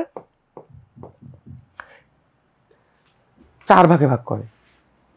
একটা তথ্য সারিকে চতুর্থক 4 ভাগে ভাগ করে, একটা দশমক একটা তথ্য সারিকে 10 ভাগে ভাগ করে এবং একটা শতমক একটা তথ্য সারিকে 100 ভাগে ভাগ করে। এই জিনিসগুলো আমরা এইখান থেকে দশমক এবং শতমক এই দুটো খুব কম পরীক্ষায় আসে, কিন্তু চতুর্থক থেকে কি আসে এখন পর্যন্ত কোনো উদ্দীপক সেভাবে আসেনি, কিন্তু কথা হলো এটা এমসিকিউ ক এবং খ এর জন্য আসে যে এটা কোন চতুর্থকের মধ্যে পড়ে, বা আপনার খ নাম্বার আসতে পারে যে প্রথম চতুর্থক কি, দ্বিতীয় চতুর্থক কি, বা কোন চতুর্থক কয় ভাগে ভাগ করে, এটা এই টাইপের কিছু চতুর্থক থেকে আসে। কিন্তু কথা হলো দশমক এবং শতমক থেকে তেমন প্রশ্ন আসে না, চতুর্থক থেকে আসে এমসিকিউ টাইপের কিছু একটা, এই আর কি বিষয় এখান থেকে। তো আশা করি বুঝতে পারছি এখান থেকে কোনগুলো থেকে এমসিকিউ আসে, কোনগুলো থেকে সিকিউ আসে, আমরা সবগুলো বুঝতে পারছি। তো আমরা যাই এবার পরবর্তীতে উদ্দীপকে কি দেয়া আছে বা কি আমাদের স্লাইডে আছে। আচ্ছা, আমাদের প্রথম একটা স্লাইড আমরা দেখতে পাচ্ছি যে ঢাকা, কুমিল্লা, চট্টগ্রাম, সিলেট বোর্ডে 2023 সালে প্রশ্নটা আসছে। এই অধ্যায় থেকে নর্মালি এরকম কোশ্চেনই হয় যে কোনো কলেজের একাদশ শ্রেণীর বার্ষিক পরীক্ষায় পরিসংখ্যান বিষয়ের প্রাপ্ত নম্বরের গণসংখ্যা নিবেশন নিম্নরূপ, মানে একটা তথ্য ডাটা সেট দিয়ে দিচ্ছে, যেটা হলো শ্রেণীগত ডাটা সেট দেওয়া আছে আমরা দেখতে পাচ্ছি। তো আমরা প্রশ্নগুলো দেখি, জ্যামিতিক গড় কাকে বলে। এখন জ্যামিতিক গড় কাকে বলে এইটার সঙ্গে আমরা কি দিতে পারি, যে তথ্য সারির অশূন্য মান থাকে এবং এদের গুণফলের যে যততম মান আমরা যদি বের করতে চাই, যে যততম মূলগুলো পাওয়া যায় সেই মূলগুলোকে আমরা বলতেছি হলো জ্যামিতিক গড়। এরপর পরে প্রশ্নটা আসি যে কোনো নিবেশনের চতুর্থক 4টি নয় বরং 3টি। আচ্ছা, একটু আগে আমি যেটা বললাম যে একটা ডাটা সারিকে চতুর্থক 4টা ভাগে ভাগ করে, 1, 2, 3, 4 ভাগ করতেছে 4টা, কিন্তু চতুর্থক কিন্তু 4টি নয়। কারণ কি, এখানে আমরা জানি যে প্রথম চতুর্থক Q1, দ্বিতীয় চতুর্থক Q2 এবং তৃতীয় চতুর্থক Q3। তার মানে কি আমাদের 3টা চতুর্থক, একটা হলো 25%, 50%, 75%। তার মানে কি Q1 আমাদের ফার্স্ট কোয়ার্টাইল দ্বারা কি বোঝায়, ফার্স্ট কোয়ার্টাইল দ্বারা আমাদের এটা বোঝাচ্ছে যে একটা তথ্য সারির মধ্যে তার বাম দিকে 25% ভ্যালু আছে, Q2 দ্বারা বোঝায় তার বাম দিকে 50% ভ্যালু আছে এবং Q3 দ্বারা বোঝায় তার বাম পাশে 75% ভ্যালু আছে। তাহলে কি আমাদের কখনো কিন্তু দেখবেন যে ফোর্থ কোয়ার্টাইল বলতে কোনো কিছু আছে, তার মানে আমাদের একটা কোয়ার্টাইল একটা চতুর্থক তথ্য সারিকে 3টা চতুর্থক দিচ্ছে, কিন্তু কথা হলো এটা কিন্তু 4 ভাগে ভাগ করতেছে 4টা, কিন্তু কথা হলো এটা কোয়ার্টাইল থাকতেছে 3টা, মানে চতুর্থক 3টা, first quartile, second quartile, third quartile, যেটা আমরা বাংলা বলি প্রথম চতুর্থক, দ্বিতীয় চতুর্থক এবং তৃতীয় চতুর্থক। আশা করি বুঝতে পারছো। এর পাশে আমাদের কি বলছে, ছাত্রছাত্রীদের প্রাপ্ত নম্বরের মর্ধমান নির্ণয় করতে। তো আমরা জানি যে শ্রেণীগীতর ক্ষেত্রে কিভাবে মর্ধমান নির্ণয় করতে হয়, তবু আমরা একটু দেখে আসি যে কিভাবে মর্ধমান নির্ণয় করতে হয়। এই যে এটার জন্য আমাদের গ নম্বরে মধ্যমা কিভাবে নির্ণয় করতে হবে সেটা আমাদের এখানে দেয়া আছে। তো এখানে মধ্যমা আমাদের নির্ণয়, এটা আমাদের মনে রাখতে হবে যে মধ্যমা নির্ণয় সূত্রটা কি। মধ্যমা নির্ণয় সূত্র হলো এইটা যে n/2 minus fc divided by fm গুণন c। এখন কথা হলো এখানে fc জিনিসটা কি এবং fm জিনিসটা কি।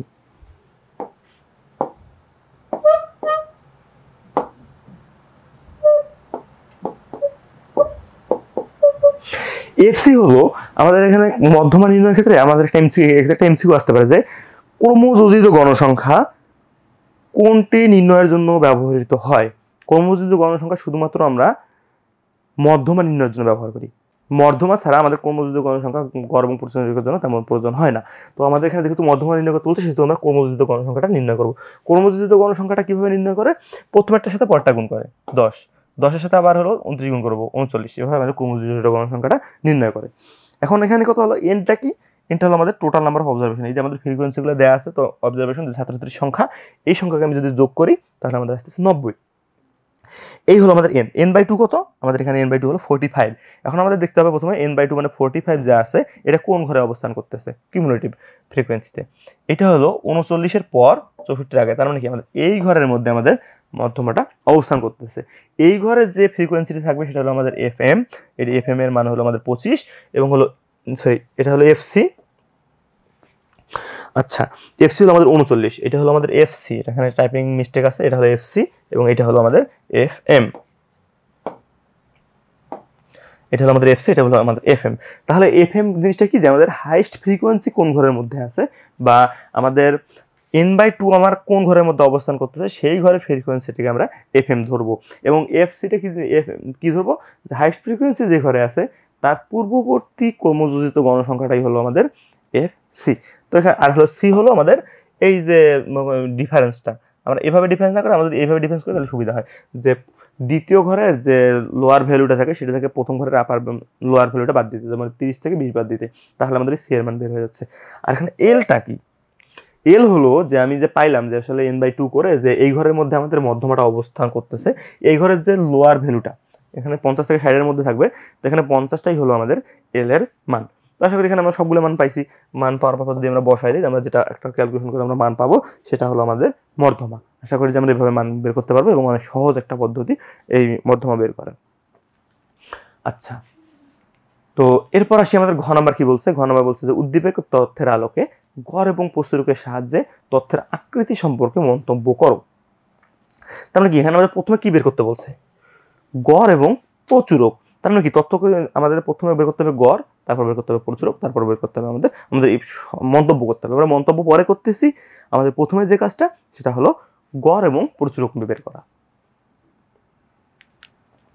তো গড় এবং প্রচুরক বের করার জন্য আমাদের এই টেবিলটা আমরা জানি যে আমাদের গড় এবং প্রচুরকের জন্য এই টেবিলটা আমাদের দরকার। তো এখানে মধ্যবিন্দু বের করছি। মধ্যবিন্দু কিভাবে বের করে? এই সংখ্যা দুটোকে যোগ করে, মানে লোয়ার ভ্যালু এবং আপার ভ্যালু দুটো যোগ করে 30 এবং 20 যোগ করার পর 50 হচ্ছে, 50কে 2 দ্বারা যদি ভাগ করি তাহলে হচ্ছে 25, মানে দুটাকে যোগ করে 2 দ্বারা ভাগ করতে, তাহলে ভাই মধ্যবিন্দু। তারপর ছাত্রছাত্রীর সংখ্যা, এখানে আমাদের একটা প্রশ্ন দিয়ে দেওয়া ছিল। এখানে হলো ডিআই। ডিআই কেন লাগবে? এটা আমাদের হলো সংক্ষিপ্ত পদ্ধতি যেটা বলে আর কি, সেটার জন্য আমাদের ডিআইটা প্রয়োজন হয়। এটা আমাদের ডিআই এবং এফআই ডিআই আমাদের এখানে দরকার আছে। আচ্ছা, আমরা দেখি কোনটা কিভাবে বের করতেছি। আমরা এখানে একটা ধরে নিলাম যে এটা আমাদের এ। এটা যে কেউ যে কোনো কিছু ধরে নিতে পারে, কেউ এটাকে ধরে নিতে পারে, কেউ এটাকে ধরে নিতে পারে, কোনো সমস্যা নেই, কেউ বেশি। আচ্ছা, গড় নির্ণয়ের ক্ষেত্রে তো এক্ষেত্রে ডিআইটা আমরা কিভাবে বের করি? এটা একটা সহজ যদি বুদ্ধি দেয়, যে ক্যালকুলেশন না করি আমরা মান বের করবো, তাহলে কি করবো? এই সোজাসুজি আমরা 0 বসাবো, উপরের দিকে ঋণাত্মক মান বসাবো -1 -2 -3, এবং নিচের দিকে ধনাত্মক মান 1 2 3 এভাবে বসাইতে থাকবো, তাহলে আর ক্যালকুলেশন করতে হবে না, এটা মিলে যায় আর কি। আর এখানে তো এন এর মান জানা আছে। এফআই ডিআই মানে আমি ধর ডি এর মান পাইলাম, এটা হলো আমাদের এফআই। এফআই এবং ডিআই গুণ করে আমি এই মানটা পাইছি, যেটা এবং যোগ করে পাইছি হলো -9। আমাদের সংক্ষিপ্ত পদ্ধতির ক্ষেত্রে আমাদের যে গড়ের মানটা আমরা পাই সেটা সূত্রটা কি, সেটা সূত্রটা আমরা একটু দেখার চেষ্টা করব।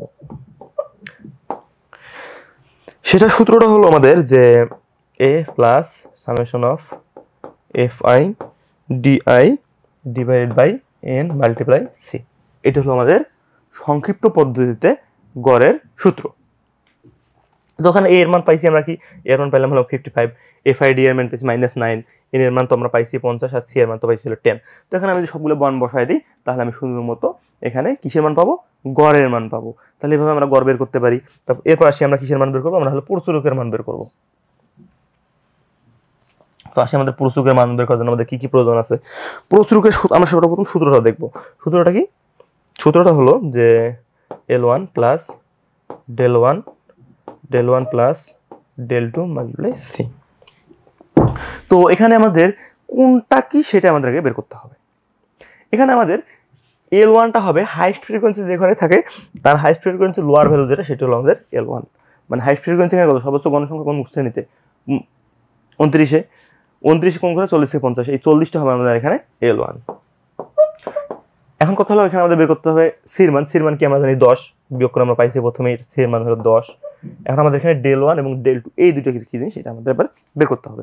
ডেল 1 হলো হাইয়েস্ট ফ্রিকোয়েন্সি যে ঘরে পাইলাম সেটা থেকে তার আগের ঘরের ফ্রিকোয়েন্সিটা বিয়োগ করব। তার মানে কত 29 - 7, তাহলে আমাদের হয় ডেল 1 এর মান হবে 22। এবং ডেল 2 জিনিসটা কি? ডেল 2 হলো হাইয়েস্ট ফ্রিকোয়েন্সি থেকে পরের ঘরের ফ্রিকোয়েন্সিটা আমি বিয়োগ করে দেবো। তাহলে কি হবে 29 - 25, তাহলে যেটা মান হলো আমাদের 4।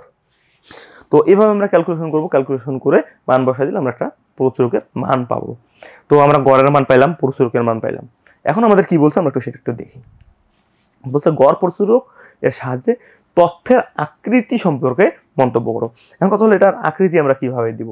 আমরা এর পরের অধ্যায়ে বঙ্কিমতা সম্পর্কে একটু ধারণা নিব, যে ধনাত্মক বঙ্কিম, ঋণাত্মক বঙ্কিম, এই টাইপের কিছু আমরা পরে দেখবো এর পরের অধ্যায়ে। কিন্তু তার আগে আমাদের একটা কমন জিনিস আমরা জানি যে গড় যদি বড় হয়, গড় যদি বড় হয় প্রচুরকের থেকে, তাহলে সেটাকে আমরা বলতেছি ধনাত্মক বঙ্কিম। গড় যদি বড় হয় প্রচুরকের থেকে তাহলে সেটা হলো আমাদের ধনাত্মক বঙ্কিম। আর যদি গড় ছোট হয় তাহলে ঋণাত্মক বঙ্কিম। আর যদি গড় এবং প্রচুরক সমান হয় তাহলে সেটা সূচক। তো এই জিনিসটা আমরা আরো বিস্তারিত দেখবো, কিন্তু আমরা এটা আসলে একটা কমন জিনিস, সেটা হলো এই জিনিসটা অনেক বেশি এমসিকিউতে আসে, আশা করি আমরা সবাই পারবো। তো এভাবে আমরা এই যে প্রশ্নটা দেখলাম সেটা আমরা সুন্দরভাবে অ্যান্সার করতে পারি, আশা করি সবাই বুঝতে পারছো। আচ্ছা, এরপর আসি আমরা পরের অধ্যায়। পরের অধ্যায় আরেকটা আমাদের উদ্দীপক আছে, আমরা সেটা এখন দেখবো। এটা আমাদের কি বলছে, জিম ও সেতু দুজনের গাণিতিক গড় দিচ্ছে 10 এবং জ্যামিতিক গড় দিচ্ছে 8। আচ্ছা দেখ, সমস্যা নেই, আমরা প্রশ্নগুলো দিয়ে পড়ি। গাণিতিক গড় কি? সমষ্টিকে যোগ করব, যোগ করে টোটাল আমরা দ্বারা ভাগ করবো, সেটা হলো আমাদের গাণিতিক গড়। কখন গাণিতিক গড় নির্ণয় করা যায় না, আমি প্রথমে বলছি যে এখানে এই টাইপের জিনিসগুলো আসে, যে কখন কোনটা নির্ণয় করা যায়, কখন কোনটা নির্ণয় করা যায় না, কখন কোনটা থেকে কোনটা ভালো রেজাল্ট দেয়, এই টাইপের জিনিসগুলো এখানে বেশি আসে। তো কখন গাণিতিক গড় নির্ণয় করা যায় না, যখন আমাদের ব্যাপ্তি খোলা থাকে। মনে করো যে আমরা 10 থেকে 20, 30 থেকে 40, এটা ফাঁকা 10, মানে কত থেকে শুরু হয়েছে আমি জানি না, আবার 40 থেকে পরে কত হয়েছে এটা আমি জানি না। এই টাইপের যদি আমাদের জিনিসপত্র থাকে তাহলে আমি কিন্তু সেটার কখনো গাণিতিক গড় নির্ণয় করতে পারবো না। এছাড়া আরও যদি থাকে যে কোনো গুণবাচক মান, গুণবাচক মান বলতে দেখা যাচ্ছে যে সে ভালো বা খারাপ, এই টাইপের যদি কোনো তথ্য ডাটা সেট থাকে তাহলে সেটা কিন্তু আমি কখনো গাণিতিক গড় নির্ণয় করতে পারবো না। গাণিতিক গড় কখনো নির্ণয় করতে পারবো না, তাহলে যদি ভালো খারাপ মানে সংখ্যা যদি না থাকে তাহলে আমি গাণিতিক গড় নির্ণয় করতে পারবো না। আর যদি লুপ্তমান, লুপ্তমান বলতে বোঝায় যে কোনো একটা ডাটা সারিতে কিছু মান মিসিং আছে, এই ক্ষেত্রে মিসিং ক্ষেত্রে আমি কিন্তু এক্সাক্ট গাণিতিক গড়ের মানটা আমি নির্ণয় করতে পারি না। আচ্ছা, এরপরে আসি যে এটা কি বলছে, বয়স নির্ণয় করতে বলছে। বয়স নির্ণয় করতে বলতে কি, আমি ধরে নিলাম যে জিমের গাণিতিক বয়স হলো এক্স আর হলো সেতুর হলো ওয়াই। এক্স এবং ওয়াই এই দুটাকে দিয়ে আমি এখন গাণিতিক গড় এবং জ্যামিতিক গড় নির্ণয় করবো। যদি এই অধ্যায় থেকে এই টাইপের কোশ্চেন খুব বেশি আসে, এটা ঢাকা, কুমিল্লা, বরিশাল বোর্ডে 2022 সালে আসছে, এই টাইপের কোশ্চেন অনেক বেশি আসে। এই টাইপের নিয়ম কি হয়, প্রথমে আমাদের গাণিতিক গড় কি এক্স প্লাস ওয়াই বাই 2, কারণ এরা দুইজন, এদের গাণিতিক গড় দিচ্ছে 10 এবং জ্যামিতিক গড় দিচ্ছে, তার মানে কি এক্স ওয়াই সমান সমান 8। এখান থেকে আমরা ম্যাথমেটিক্যাল ফর্মুলা আমরা ইউজ করব, ব্যবহার করে আমরা এখান থেকে এক্স এর মান বের করব এবং ওয়াই এর মান বের করব। এক্স এর মান বের করব, ওয়াই এর মান বের করার পর আমরা তাদেরকে এক্স এর মান বলে দিব জিমের বয়স এত, সেতুর বয়স এত। এভাবে আমরা এক্স ওয়াই এর মানগুলো ব্যবহার করে দুজনের বয়স বের করতে পারি। আচ্ছা, এখানে আমরা গ নাম্বার বের করলাম। তারপর ঘ নাম্বার কি বলছে, যে উদ্দীপকের তথ্য থেকে প্রদত্ত তথ্য গাণিতিক গড়, জ্যামিতিক গড় এবং বিপরীত গড় সম্পর্কিত মেনে চলে কিনা। আচ্ছা, কথা হলো আমাদের তৃতীয় অধ্যায় একটা কোনো সিদ্ধান্ত যদি কেউ মুখস্থ না করে, অনুসিদ্ধান্ত বা উপপাদ্য বা যেটাই বলি আর কি, এইটুকু সে অবশ্যই জানে যে arithmetic mean, geometric mean, harmonic mean, এইটা হয়। এটা সব সময়ই হয়, সব সময়ই হয়, সব সময়ই হয়। কথা হলো এখান থেকে দুইটা কোশ্চেন আসে। তো তোমার এরকম ম্যাথমেটিক্যালি মান বের করতে বলে, যে এখান থেকে আমরা মান বের করবো, এক্স এর মান পাইলে অ্যারিথমেটিক, জিওমেট্রিক, হারমোনিক মিন বের করবো। তো এখানে অ্যারিথমেটিক মিন কি X plus Y by 2, geometric mean X Y, harmonic mean কি 2 1 বাই এক্স প্লাস 1 বাই, একটা হলো জিওমেট্রিক মিন, একটা হারমোনিক মিন, একটা হলো অ্যারিথমেটিক মিন। এভাবে আমরা এক্স ওয়াই এর মান পেয়ে গেলে আমরা এটা মান বের করবো, বের করে দেখবো যে আসলে এই সিদ্ধান্তটা ঠিক আছে, কারণ এটা সবসময় চলে। আচ্ছা, এখানে যেহেতু নেগেটিভ মানে এখানে এই ইররগুলো হওয়ার সমস্যা নেই, যদি নেগেটিভ মান থাকতো তাহলে হয়তো অন্য কিছু হতে পারতো, কিন্তু নর্মালি হয় না। আচ্ছা, এখানে যে মেইন বিষয়টা, এখানে একটা এমসিকিউতে আসে এবং এটা গত বছর হয়তো মানে ঢাকা ভার্সিটিতে আমাদের এবার যে পরীক্ষা হলো সেই ঢাকা ভার্সিটির প্রশ্নেও আসছিল যে অ্যারিথমেটিক মিন, জিওমেট্রিক মিন এবং হারমোনিক মিন কখন সমান হয়, কখন সমান মান দেয়? যখন আমার তথ্য সারির মানগুলো সমান থাকে, যেমন প্রত্যেকটা রায় 5, তাহলে সেখানে অ্যারিথমেটিক মিন 5 আসবে, জিওমেট্রিক মিন 5 আসবে এবং হারমোনিক মিন 5 আসবে। এটা একটা তোমাদের জন্য অনেক বেশি ইম্পর্টেন্ট একটা এমসিকিউ যে অ্যারিথমেটিক মিন, জিওমেট্রিক মিন এবং হারমোনিক মিন কখন সবসময় সমান মান দেয়। এটা হলো অ্যান্সার, হলো যদি তথ্য মানগুলো সবসময় সমান থাকে। তো আশা করি এই টাইপের প্রশ্নগুলো তোমরা আশা করি পারবা, এবং এই অধ্যায়ের গুরুত্বপূর্ণ বিষয়গুলো আমি প্রথমে দেখাই দিচ্ছি, তোমাদের জন্য অনেক বেশি সহজ হবে যদি এভাবে শর্টকাটে পড়তে পারো আর কি বিষয়গুলো। আচ্ছা, এরপর আমরা পরের অধ্যায়ে যাওয়ার আগে আমরা আরেকটা জিনিস দেখবো আর কি, যেটা অনেক বেশি ইম্পর্টেন্ট, যদিও কম আসে বলতে গেলে তুলনামূলকভাবে, কারণ যদি কোশ্চেন কঠিন করতে চায় তাহলে এই জিনিসগুলো অবশ্যই আসবে। তোমাকে যদি বলে যে চিত্রের মাধ্যমে মধ্যমা নির্ণয় করো, তাহলে কি করব? আমার ডাটা সেট যদি থাকে 100টা, ধরো আমার ডাটা আছে 100টা, মানে ফ্রিকোয়েন্সি বা তথ্য সেটের ডাটা আমার 100টা দেওয়া আছে। তো আমি এখন কি করব? প্রথমে আমাকে এখানে আমার তো কি থাকে, আমার ডাটা 100টা দেওয়া থাকে, আমার ফ্রিকোয়েন্সি দেওয়া থাকে, ফ্রিকোয়েন্সি মানে অজিব কার্ভ আমাদের যদি আঁকতে বলে তাহলে আমরা কী করি, নিচে দেই আমরা হলো ক্লাসের যে লোয়ার লিমিটগুলো সেটা থাকে, এবং এই সাইডে কি থাকে, বাম সাইডে ওয়াই এক্সিসে আমাদের থাকে যে কতগুলো করে অবজারভেশন থাকে, সেটা দিয়ে আমরা একটা এই গ্রাফটা আঁকি। এই গ্রাফটা আমরা আশা করি সবাই আঁকতে পারবো, যে কিউমুলেটিভ ফ্রিকোয়েন্সি দিয়ে আমরা এই গ্রাফটা এঁকে ফেলি।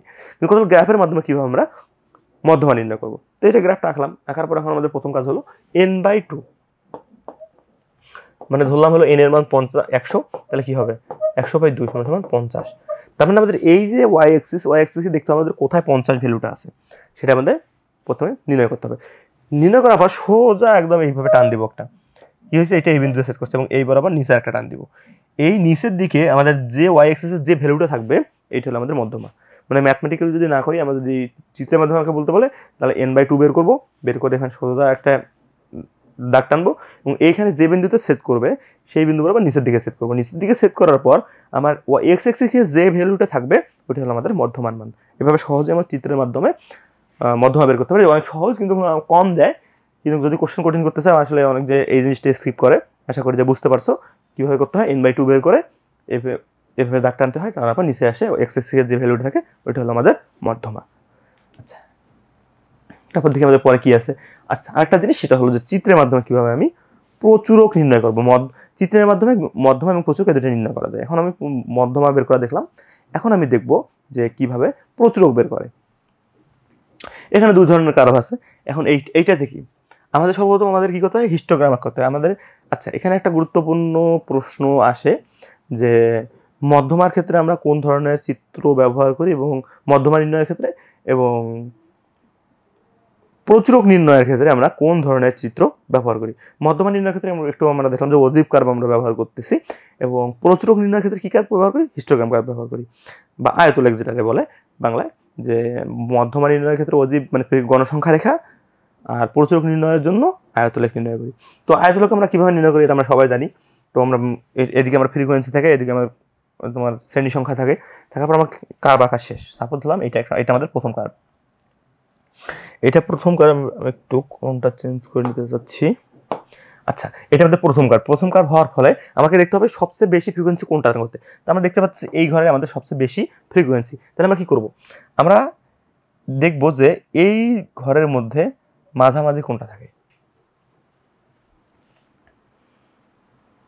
মাঝামাঝি যে ঘরটা থাকবে এটা হলো আমাদের প্রচুরক, এবং এটার ক্ষেত্রে কি আমাদের দুইটা প্রচুরক আছে। তো যদি এই দুটো যদিও সমান না, যদি এই দুটো সমান হয়ে যায় তাহলে কি হবে, আমাদের ওই ঘরের মধ্যে দুটো প্রচুরক থাকতে পারে।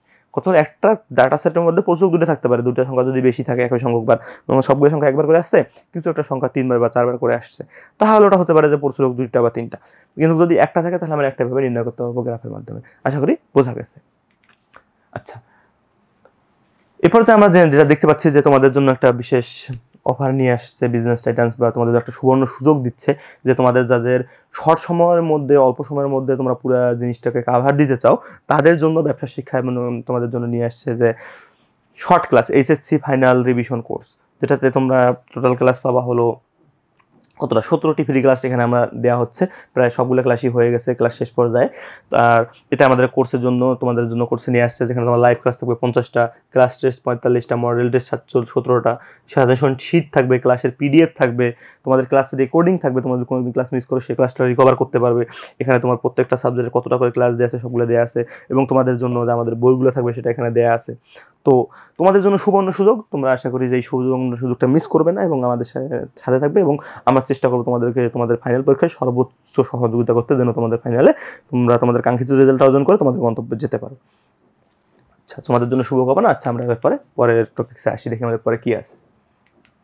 আচ্ছা, এরপরে আমাদের পঞ্চম অধ্যায় আমাদের জিনিস কি দেয়া আছে। পঞ্চম অধ্যায় আমাদের নাম হলো পরিঘাত, বঙ্কিমতা, সুচলতা। এখানে আমাদের 3টে থেকে কোশ্চেন আসে, কোনোটাই বাদ দেওয়ার সুযোগ নেই। গ নাম্বারে আসে হলো পরিঘাত থেকে, এবং ঘ নাম্বারে আসে বঙ্কিমতা এবং সুচলতা থেকে, কোনো একটা থেকে অথবা দুটোই আসতে পারে। এটা হলো একদম কমন জিনিস। এখান থেকে যদি আমি বলি যে ক খ গ মানে এমসিকিউ কোথা থেকে আসে, এমসিকিউ আসে যে পরিঘাত নির্ণয় করতে বলে। যে প্রথম পরিঘাত আসলে আমাদের দুই প্রকার, একটা শোধিত একটা অশোধিত। পরিঘাত হলো প্রথম, এখানে আবার অশোধিত পরিঘাত থাকে যে μ1 μ2 μ3, প্রথম পরীক্ষা, দ্বিতীয় পরীক্ষা, তৃতীয় পরীক্ষা, এই টাইপের মান তোমার বের করতে বলে। এটা হলো এমসিকিউর জন্য। তারপর হলো অশোধিত পরীক্ষা এবং বঙ্কিমতা বলে যে বঙ্কিমতার কত প্রকার, বঙ্কিমতা কোন কন্ডিশন থাকলে কোন বঙ্কিমতা কীরকম হতে পারে, সুস্থতা কীরকম হতে পারে, এখান থেকে আসতে পারে। আচ্ছা, আমরা প্রথম একটু দেখে আসি যে আসলে পরীক্ষাতের জিনিসগুলো কী কী দেওয়া আছে। পরীক্ষাতে এখানে আমরা জানি যে শোধিত এবং অশোধিত। এটা হলো অশোধিত পরীক্ষা হলো এটা যে সামেশন যোগ করে এটা কোনো একটা নির্দিষ্ট মানের সাপেক্ষে যদি আমরা, আর হলো আমাদের এখানে কি কততম পরীক্ষা বের করতে চাই, প্রথম পরীক্ষা নাকি দ্বিতীয় পরীক্ষা নাকি তৃতীয় পরীক্ষা, এই টাইপের আমরা মান বের করতে চাই যদি, তাহলে আমাদের এটা এখানে লাগে। আর হলো কেন্দ্রীয় পরীক্ষাতে হলো 4টা সূত্র। এখানে আমাদের সবচেয়ে বড় যে একটা মুখস্থের বিষয় থাকে যে প্রথম কেন্দ্রীয় পরীক্ষা সবসময় কি হয়, 0 হয়, এবং দ্বিতীয় কেন্দ্রীয় পরীক্ষা এটা কি হয়, এটা সবসময় মধ্যমার সমান হয়। মানে প্রথম পরীক্ষা সবসময় 0 এবং দ্বিতীয় কেন্দ্রীয় পরীক্ষা সবসময় মধ্যমার সমান হয়, মধ্যমার তো ভেদাঙ্কের সমান হয়। দ্বিতীয় কেন্দ্রীয় পরীক্ষা সবসময় ভেদাঙ্কের সমান হয়। আচ্ছা, তারপর তৃতীয় কেন্দ্রীয় পরীক্ষা, চতুর্থ পরীক্ষা বের করতে বলছে। এখানে β1 এবং β2 দ্বারা কি বোঝাচ্ছে, β1 দ্বারা বোঝাচ্ছে হলো বঙ্কিমতা এবং β2 দ্বারা বোঝাচ্ছে সুচালতা। বঙ্কিমতা যদি আমাদের বের করতে বলে, আমরা এখানে μ3 এবং μ2 বের করব, এবং এখানে μ4 এবং μ2 বের করব সুচালতার জন্য। বের করে আমরা মানগুলো বঙ্কিমতা এবং সুচালতা সম্পর্কে আমরা মন্তব্য করতে পারি যে আসলে কোন ধরনের বঙ্কিম হবে, কোন ধরনের সুচাল হবে, এটা আমরা বের করতে পারি। আচ্ছা, এবারে আমরা বঙ্কিমতার চিত্র সাহায্যে যদি আমরা দেখতে চাই, তাহলে এখানে আমরা সহজেই আমরা এখানে বের করতে পারবো। আমাদের এখানে বঙ্কিমতা হয় 3 ধরনের, একটা হলো ধনাত্মক বঙ্কিম, একটা ঋণাত্মক বঙ্কিম, আর একটা হলো সুষম গণসংখ্যা রেখা। প্রথমে দেখি যে সুষম গণসংখ্যা রেখা কখন হয়। 3 নাম্বারটা, সুষম গণসংখ্যা রেখা তখনই হবে যখন আমাদের কি গড়, মধ্যমা এবং পরিপূরক সমান হয়, সেটা হলো আমাদের সুষম গণসংখ্যা রেখা। আর যদি আমাদের গড় বেশি হয়, গড় আমাদের কার্ভটা আমাদের ডান দিকে ফ্ল্যাট থাকে, তাহলে আমাদের সেটা হলো ধনাত্মক বঙ্কিম। আর গড় যদি ঋণাত্মক হয়, মানে প্রচুরকের থেকে ঋণাত্মক না, প্রচুরকের থেকে গড় যদি কম হয় তাহলে সেটা হলো ঋণাত্মক, যদি গড় বেশি হয় ধনাত্মক, আর যদি সমান হয় তাহলে হলো সুষম। আশা করি তোমরা এই 3টা বুঝতে পারছো। এখন কথা হলো সুচলতা বা হলো তীক্ষ্ণতা। সুচলতা কি জিনিস? সুচলতা হলো তোমার এরকম শেপ বুঝায়। তো এই সুচলতা আমাদের কাজ কি, আমাদের প্রকৃতি বুঝতে পারি। আর এই সুচলতা হলো আমাদের 3 ধরনের, একটা হলো অতি সুচল, মধ্যম সুচল, অনতি সুচল। আমাদের যে β2 এর মানটা দেখলাম আমরা একটু আগে, সেই β2 এর মানের সাপেক্ষে আমরা মান বের করবো, ম্যাথমেটিক্যালি মান বের করে দেখবো যে সেটা 3 এর থেকে বড় কিনা ছোট কিনা। তো এখানে তোমার 3 এর সমান হলো সুষম, মধ্যম সুচল, 3 এর বেশি হলো অতি সুচল, 3 এর কম হলো অনতি সুচল। এখান থেকে আমাদের এমসিকিউ টাইপের কি আসে, এখান থেকে এমসিকিউ টাইপের আমাদের আসে যে মধ্যম সুচল হলে β2 এর মান কত, অনতি সুচল হলে β3 এর মান কত, এই টাইপের জিনিস আছে। আর বঙ্কিমতার ক্ষেত্রে তোমাকে বলে যে হলো গড় মধ্যমা যদি সমান হয় তাহলে সেটা কোন ধরনের বঙ্কিম, বা তোমার মান দিয়ে বললো গড় এত, প্রচুরক এত, তাহলে আমার বঙ্কিমতার মান কিরকম, এই টাইপের জিনিসপত্র এখান থেকে আসে। আচ্ছা, এখানে প্রথম 4টা গেল বঙ্কিমতার সুচলতা। এখান থেকে খুব কম আসে, কিন্তু কথা হলো এখান থেকে আসে অনেক বেশি ইম্পর্টেন্ট হলো টপিক্স। এখান থেকে অনেক ইম্পর্টেন্ট টপিক্স কি আসে, যে আমাদের এখানে কি কি জিনিস আসে, যে 5 সংখ্যার সার এবং বক্স অ্যান্ড হুইস্কার প্লট, এই জিনিসটা খুব বেশি এমসিকিউতে আসে আর কি। 5 সংখ্যার সার কথা হলো যে, এবং ক্ষয়ের জন্য আসতে পারে যে কোন 5 সংখ্যার সার ব্যাখ্যা করো। 5 সংখ্যার সার বলতে কি বোঝায়, 5 সংখ্যা, তার মানে এখানে সংখ্যা দ্বারাই বুঝাচ্ছে যেখানে আমাদের কয়টা সংখ্যা থাকবে, 5টা সংখ্যা থাকবে। 5টা সংখ্যা এখন কি কি আমাদের সেটা আমরা একটু দেখার চেষ্টা করি। একটা তথ্য সারির লোয়ার ভ্যালু, মানে একটা ডাটা সেট দেওয়া থাকবে, ওই ডাটা সেটের মধ্যে একটা সর্বনিম্ন মান অবশ্যই থাকবে। আমার একটা কি থাকলো, একটা সর্বোচ্চ ভ্যালু মানে আপার ভ্যালু, দুইটা পেলাম। একটা তথ্য সেটের সর্বনিম্ন ভ্যালু এবং একটা ডাটা সেটের সর্বোচ্চ ভ্যালু, দুইটা পেলাম। আর বাকি তিনটা কি, একটা হলো আমার Q1, এটা আমার Q2, এটা আমার Q3। প্রথম চতুর্থক, দ্বিতীয় চতুর্থক এবং তৃতীয় চতুর্থক। এই দ্বিতীয় চতুর্থকে আমরা কি প্রকাশ করি, মিডিয়ান বা মধ্যমা বলে। দ্বিতীয় চতুর্থকে তাহলে কি বলে, মধ্যমা বলে। এই হলো 5 সংখ্যার সার। 5 সংখ্যার সার যদি তোমাকে বলে যে এই তথ্য সারি থেকে 5 সংখ্যার সার বের করো, তাহলে তুমি লোয়ার ভ্যালু বের করবা, আপার ভ্যালু বের করবা, ফার্স্ট কোয়ার্টাইল, সেকেন্ড কোয়ার্টাইল এবং থার্ড কোয়ার্টাইল বের করবা। আশা করি 5 সংখ্যার সার ইজিলি পারবা। এখানে এমসিকিউ কি আসে যে নিচের কোনটি 5 সংখ্যার সারের অন্তর্ভুক্ত নয়, দিয়ে দেখা যাচ্ছে যে এখানে Q1 Q2 Q3 দিলেও অন্য ভাবে একটা দিয়ে মনে করো অপশনটা সেট করে দিল, এইভাবে একটা এমসিকিউ আসে। আচ্ছা, এবার আসি box and whisker plot. Box and whisker প্লটটা কিভাবে কি করে আমরা একটু দেখে আসি এখান থেকে। এই যে box and whisker plot, box and whisker প্লটের কাজ হলো 5 সংখ্যার 7 থেকে আসে। প্রথমে তোমার মনে করো যে মিনিমাম ভ্যালুটা বসাইতে হয়,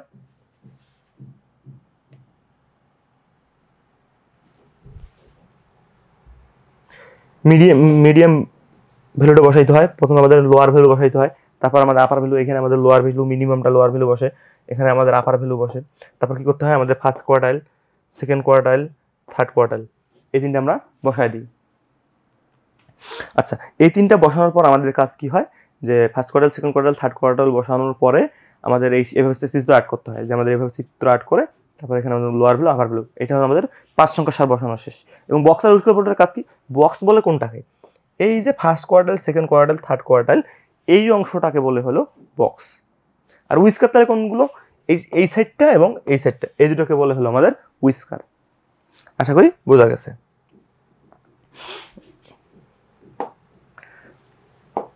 আচ্ছা, এখানে একটা জিনিস, যে আউটলায়ার জিনিসটা কি, এই আউটলায়ার জিনিসটা কি। আচ্ছা, তার আগে আমরা একটা জিনিস জেনে নেই যে ইন্টার কোয়ার্টাইল রেঞ্জ বা আইকিউআর জিনিসটা কি। আমরা আইকিউআর বলে যে third quartile Q3 minus Q1, এইটা বের করার পর আমি যে মানটা পাবো সেইটাই হলো আমাদের আইকিউআর বা ইন্টার কোয়ার্টাইল রেঞ্জ। এই আইকিউআর এর কাজ কি, এটা আসে না কিন্তু কথা নর্মালি আমাদের এমসিকিউতে আসে যে ইন্টার কোয়ার্টাইল রেঞ্জ বা আন্তঃচতুর্থক পরিসর কোনটি দ্বারা প্রকাশ করে, এটা প্রকাশ করে হলো আমাদের Q3 মাইনাস Q1 দ্বারা। আর এখানে আমাদের মানে ইনার ফেন্স, আউটার ফেন্স নামে দুইটা আন্তঃচতুর্থক বেড়া দ্বারা আমাদের এখানে বোঝায় যে Q1 minus 1.5 IQR, Q3 plus 1.5 IQR। কোনো একটা আমাদের এইটাতে কাজ কি, যদি আমাদের বলে আউটলায়ার আছে কিনা, এটা এমসিকিউর জন্য ইম্পর্টেন্ট, সিকিউর জন্য এটা কখনো আসে না। তো আমরা কি করব, এটা Q1 থেকে 1.5 IQR বিয়োগ করে যদি দেখি কোনো একটা আমি যে মানটা পাবো, মনে করো মানটা পেলাম এখানে, এখন কথা হলো এর থেকে যদি কোনো ছোট ডাটা থাকে, অথবা Q3-র সাথে যদি 1.5 IQR গুণ করার পর দেখি এর থেকে কোনো বড় তথ্য বা ডাটা থাকে, তাহলে সেটা বলবো এখানে আউটলায়ার এক্সিস্ট করে বা আউটলায়ার আছে, আদারওয়াইজ আউটলায়ার নাই। কিন্তু কথা হলো এটা যদি এমসিকিউর জন্য আসে, আসার কিছু আসে না। আর এখান থেকে এমসিকিউ যদি আসে, সেটা বেশি ইম্পর্টেন্ট হলো আইকিউআর জিনিসটা কি, আইকিউআর এর মান কোনটা, এই জিনিসগুলো আসে। আর Q2 সবসময় তো মিডিয়ানের সমান হয়। আশা করি এই বক্স অ্যান্ড হুইস্কার প্লটটা বোঝা গেছে। এরপর আসি আমরা আমাদের পরের একটা স্লাইডে কি দেয়া আছে সেটা দেখার জন্য। আচ্ছা, এখানে আমাদের একটা উদ্দীপক দেয়া আছে। উদ্দীপকে কি দেয়া আছে সেটা আমরা একটু দেখবো, যে একটি বিন্যাসের 3 হতে নির্ণীত প্রথম 4টি পরীক্ষা দেয়া আছে, প্রথম পরীক্ষা, দ্বিতীয় পরীক্ষা, তৃতীয় পরীক্ষা, চতুর্থ পরীক্ষা, এটা 4টা দেয়া আছে, যেটা আমাদের রাজশাহী, যশোর, চট্টগ্রাম, সিলেট, দিনাজপুর বোর্ডে আমাদের 2022 সালে আসছে। প্রথম জিনিসটা কি, যে বঙ্কিমতা কি। বঙ্কিমতার সঙ্গে আমরা জানি যে মানে সূক্ষ্মতার পরিমাপ যেটা আমাদের থাকে, যে প্রতিসাম্যের বা সূক্ষ্মতার যে অভাবটা থাকে, সেটা হলো আমাদের বঙ্কিমতা। আমরা কার্ভটা দেখলাম যে এই টাইপের হচ্ছে, আবার এই টাইপের হচ্ছে, আবার এই টাইপের হচ্ছে, মানে কার্ভের আমাদের সূক্ষ্মতার যে অভাবটা, আমাদের কতটুকু কোন দিকে ফ্ল্যাট হচ্ছে, এই জিনিসটা আমাদের এখান থেকে বোঝায় আর কি। আচ্ছা, কোন বিন্যাসের B2 সমান 3 দ্বারা কি বোঝায়, আমরা একটু গ্রাফের মাধ্যমে কি দেখে আসলাম, যে মধ্যম সূচাল B3 হলে B2 যদি 3 হয় তাহলে সেটা মধ্যম সূচল, আর যদি 3 এর বেশি হয় অতি সূচল, 3 কম হলে অনতি সূচল। এটা আমরা চিত্রের মাধ্যমে দেখলাম, এটা জাস্ট নিজের মতো করে ব্যাখ্যা করে দিলেই হয়ে যাবে। এখন কথা হলো যে এখান থেকে আমাদের কি বের করতে বলছে, তৃতীয় কেন্দ্রীয় পরিঘাত কাকে বলে। এখন কথা হলো এখানে আমাদের 4টা কি দেয়া আছে, পরিঘাতে দেয়া আছে, যেটা হলো অসদিত। আমাদের বলছে তৃতীয় কেন্দ্রীয় পরিঘাতের মান বের করতে বলছে। তো আমরা কেন্দ্রীয় পরিঘাতের মানের সূত্র আমরা কি জানি, এখানে দেখো তৃতীয় কেন্দ্রীয় পরিঘাতের আমাদের সূত্র দেয়া আছে, মিউ 3 সমান সমান mu 3 prime minus 3 mu 2 prime mu 1 prime plus 2 mu 1 prime cube. তো এই সূত্রের মধ্যে যদি আমরা মান বসায় দিই তাহলে আমরা সুন্দর মতো আমাদের Q3 এর মান পেয়ে যাব, মানে তৃতীয় কেন্দ্রীয় পরিঘাত পেয়ে যাব। আর ঘ নম্বর কি দেওয়া আছে যে উদ্দীপকের আলোকে সূচলতাঙ্ক নির্ণয়পূর্বক বিন্যাসের আকৃতি সম্পর্কে মতামত করো। সূচলতাঙ্কর হলো আমরা কি করতে পারি, সূচলতাঙ্কর সূত্র কি সেটা আমাদের আগে জানতে হবে। সূচলতাঙ্কের সূত্র আমরা প্রথমেই আমাদের যে স্লাইডটা ছিল সেটাতে আমরা দেখে আসছি যে সূচলতাঙ্কের সূত্র হলো b2 সমান সমান μ4 μ2 স্কয়ার। এটা হলো আমাদের সূচলতাঙ্কের সূত্র। সূচলতাঙ্কের সূত্রের জন্য এই μ2 কি, এই যে সেকেন্ড দ্বিতীয় পরিঘাত, আর হলো μ4 হলো চতুর্থ পরিঘাত। এটা আমরা বের করব, বের করে আমরা মান বের করব। মান করে আমরা বের করে দেখবো যে আমরা যেটা যে 3 থেকে 3 সাথে কম্পেয়ার করব। আমরা চিত্রের মাধ্যমেও একটু আগে দেখলাম যে 3 সমান হলে মধ্যম সূচল, বেশি হলে অতি সূচল, কম হলে অনতি সূচল। আর এর আকৃতি বের করার জন্য কি করব, আমরা বিটা 1 এর মান বের করব, মানে বঙ্কিমতা বের করব। বঙ্কিমতা বের করে আমরা দেখব যে ধনাত্মক বঙ্কিম কিনা ঋণাত্মক বঙ্কিম কিনা, মানে জিরোর সাথে আমরা কম্পেয়ার করবো আর কি। মানে বিটা 1 এর মান যদি আমরা বের করি এই টাইপের, মানে গামা 1 এর মান যদি বের করি 0 থেকে বড় হলে ধনাত্মক, 0 থেকে কম হলে ঋণাত্মক, এভাবে বের করে আমরা এর আকৃতি সম্পর্কে মতামত দিতে পারি। আশা করি বোঝা গেছে। এখান থেকে এই অধ্যায় থেকে এরকম কোশ্চেনই আর কি বেশি আসে, যে এখান থেকে জটিল কোশ্চেন আসার তেমন কোনো সম্ভাবনা নাই।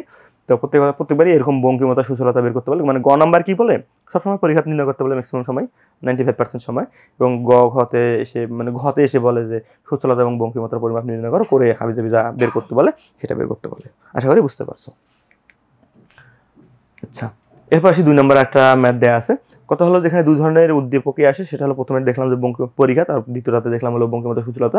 তো এখানে যে অন্য কিছু নির্ণয় করতে বলবে বিষয়টা এমন না, বিষয় সেম, যে গ নাম্বারে বঙ্কিমতা পরিঘাত এগুলোই নির্ণয় করতে বলবে এবং ঘ নাম্বারে তোমার সূচলতা বঙ্কিমতা নির্ণয় করতে বলবে। এই ঘুরে ফিরে এগুলোই দিবে, কিন্তু ডাটা কি দিবে, মানে তথ্য কিসের দিবে সেটার উপর ডিপেন্ড করবে।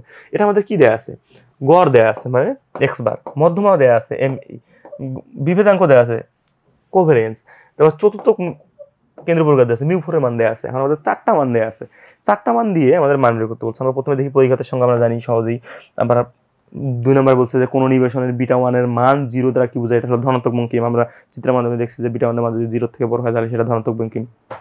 আচ্ছা, তারপর গ নাম্বার কি বলছে যে উদ্দীপকের নিবেশনের ভেদাঙ্ক ও প্রচুরক নির্ণয় করো। এখন ভেদাঙ্ক কি এবং প্রচুরক কি এই দুটো আমাদের বের করতে হবে। ভেদাঙ্ক দ্বারা বোঝায় হলো সিগমা স্কয়ার, আর প্রচুরক দ্বারা বোঝায় হলো এমও। এই দুটো আমরা এখন কিভাবে বের করব। আমাদের এখানে কিন্তু এই সিভি মানে বিভেদাঙ্কর মান দেয়া আছে। এই বিভেদাঙ্ক সমান কি আমরা সেটা জানি, বিভেদাঙ্ক সমান sigma by X bar. Sigma কি, এই সিগমাকে যদি আমি স্কয়ার করি তাহলে সেটা হলো আমাদের ভেদাঙ্ক বোঝায়।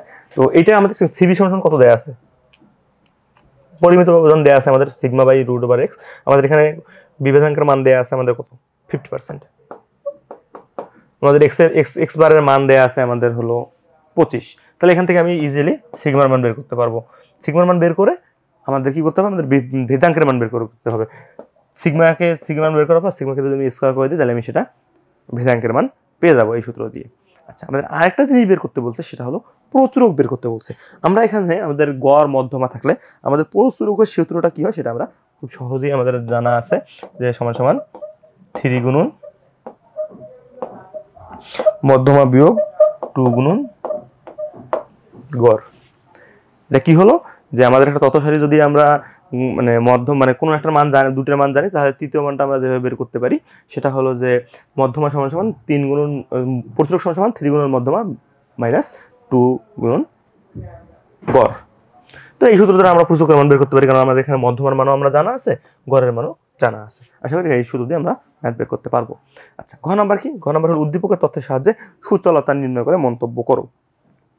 কথা হলো এক্ষেত্রে আমাদের দুটাই সুযোগ আছে যে আমরা দুইভাবে বের করতে পারি, যে এখানে বঙ্কিম মানে কাউলির বঙ্কিমতা, তারপর হলো স্পেসম্যানের বঙ্কিমতা সূত্র, তারপর সূচলতা সূত্র দেয়া আছে, ওই সূত্র দিয়ে আমরা করতে পারি। আমাদের জন্য সহজ হবে যে এই যে এইটা দ্বারা বিটা 2 সমান সমান μ4 μ2 স্কয়ার। এখন কথা হলো এখানে যে μ4 এর মান দেয়া আছে চতুর্থ কেন্দ্র পরিঘাত, কিন্তু কথা হলো μ2 এর মান তো আমরা জানি না। μ2 এর মান আমি আগে বলছি যে μ2 হলো আমাদের ভেদাঙ্কের মানের সমান। তার মানে কি, এখানে আমাদের ভেদাঙ্কের মান আমরা জানি, এখানে μ2 এর মান জানি। এটা আমরা বের করবো, ক্যালকুলেশন করবো, তাহলে আমাদের জন্য ইজি হয়ে যাবে কমেন্ট করা যায় বা মন্তব্য করা যে আসলে এটা কোন ধরনের সূচলতা মানে প্রকাশ করতেছে আর কি, সেটা আমরা বের করে 3 সাথে কম্পেয়ার করবো। 3 থেকে বেশি হলে তো আমাদের কী ধরনের বঙ্কিমতা হয় সেটা আমরা জানলাম, অতি অনতি মধ্যম কোনটা হয় সেটা আমরা এভাবে মন্তব্য করব। এভাবে আমরা এই প্রশ্নটা সহজেই অ্যান্সার করতে পারবো। আশা করি সবাই বুঝতে পারছো। আচ্ছা, এরপর আসি আরেকটা অধ্যায়, যেটা হলো 7ম অধ্যায়, কালীন সারি। কালীন সারি বলা যায় অনেক সহজ একটা চ্যাপ্টার, মানে সবই তো সহজ চ্যাপ্টার, কিন্তু কথা হলো তুলনামূলকভাবে সহজ চ্যাপ্টার আর কি কালীন সারি। এইটা দ্বারা কি বোঝায় যে সময়ের সাথে সাথে একটা ডাটা সেট বা একটা তথ্য সারি কী ধরনের পরিবর্তন হচ্ছে সেটা আমাদের বোঝায় এই কালীন সারি দ্বারা। কালীন সারি আমাদের কোথায় প্রয়োজন হয়? কালীন সারি আমাদের শেয়ার মার্কেটে প্রয়োজন হয়, বিভিন্ন আবহাওয়া, মানে বেশি ব্যবহার হয় সবচেয়ে হলো শেয়ার মার্কেটে। শেয়ার মার্কেটে কেন ব্যবহার হয়? আমরা কালীন সারি দ্বারা ব্যবহার বলতে পারি যে আসলে একটা জিনিস খেয়াল করি যে আমরা গরমের সময় কিন্তু আমাদের যে ধরনের কাপড় প্রয়োজন হয় শীতের সময় কিন্তু ওই ধরনের কাপড় প্রয়োজন হয় না, নর্মালি জ্যাকেট বা এই টাইপের কাপড় প্রয়োজন হয়। আমাদের কিন্তু সুনামি বা মানে ঘূর্ণিঝড় যেটা সেটা কিন্তু সবসময় আসে না। আসলে ওই টাইমে কোন ধরনের জিনিস আমাদের বেশি প্রয়োজন সেটা আমরা এই কালীন সারির গ্রাফের ওঠানামা দেখে আমরা ওই টাইপের প্রস্তুতি নিতে পারি যে আমাদের এই সময় এই জিনিসটা বেশি লাগে, এই সময় এই জিনিসটা কম লাগে।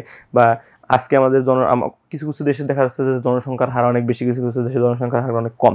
কিছু কিছু দেশে কিন্তু এরকম বলে দিচ্ছে জনসংখ্যার হার বাড়ানোর জন্য, কারণ তাদের দিন দিন কিছু কিছু দেশে তো আছে এমন যে তাদের প্রাইমারি স্কুলগুলো বন্ধ হয়ে যাচ্ছে কারণ তাদের জনসংখ্যার হার অনেক কমে যাচ্ছে। তারা এটা কালীন সারির মাধ্যমে মানে প্রেডিক্ট করতেছে যে এত সাল পর আমাদের এই দেশের জনসংখ্যা এত বেশি কমে আসবে, তারা সেই জন্য এখন থেকে তারা প্ল্যান করতেছে। তো এই কালীন সারির ডাটাগুলো ভবিষ্যৎ সম্পর্কে ধারণা নেওয়ার জন্য মোটামুটি ব্যবহার করা হয়। তো কালীন সারি বুঝলাম যে এর উপাদান কয়টা। এর উপাদান হলো 4টা। কি সাধারণ ধারা, মানে সাধারণত যেটা সবসময় সেম থাকে, যে যেমন যদি চিন্তা করি এরকম যে কোনো কিছু একটা চালের দাম তো মোটামুটি এখন সিজনের সময় কমে, কারণ আমরা এটা হলো স্বাভাবিকই থাকে আর কি, যে এমন একটা সাধারণ ধারা বোঝায় যে এমন একটা জিনিস যেটার দাম সবসময় সমান থাকে। যেমন যদি আমি কম্পিউটার বা ল্যাপটপের কথা বলি, এটা কিন্তু বাংলা এমন না যে জানুয়ারি মাসে 50,000, ডিসেম্বর মানে 2 মাস পর আর কি এটা 3,000 হবে। প্রত্যেক 2 মাস অন্তর প্রথম 6 মাস বাড়বে, পরের 6 মাস কমবে, বিষয়টা কিন্তু এমন না। এটা সবসময় যদি বাড়ে তাহলে দেখা যাচ্ছে যে শেয়ার বাজারের উপর ডিপেন্ড করে বাড়তেছে বা কমতেছে, এটা দেখা যাচ্ছে একটা কোনো প্যাটার্ন ফলো করতেছে না। আর 2 নম্বর হলো কি ঋতুগত ভেদ তো বললাম যে আসলে গ্রীষ্মকালে দেখা যাচ্ছে যে ফ্যানের চাহিদা বেড়ে যায়, আর শীতকালে কি হয় জ্যাকেটের চাহিদা বেড়ে যায়। এটা মানে ঋতুর উপর নির্ভর করতেছে যে আসলে কোন জিনিসটা আমাদের কোন সময় কেমন লাগবে।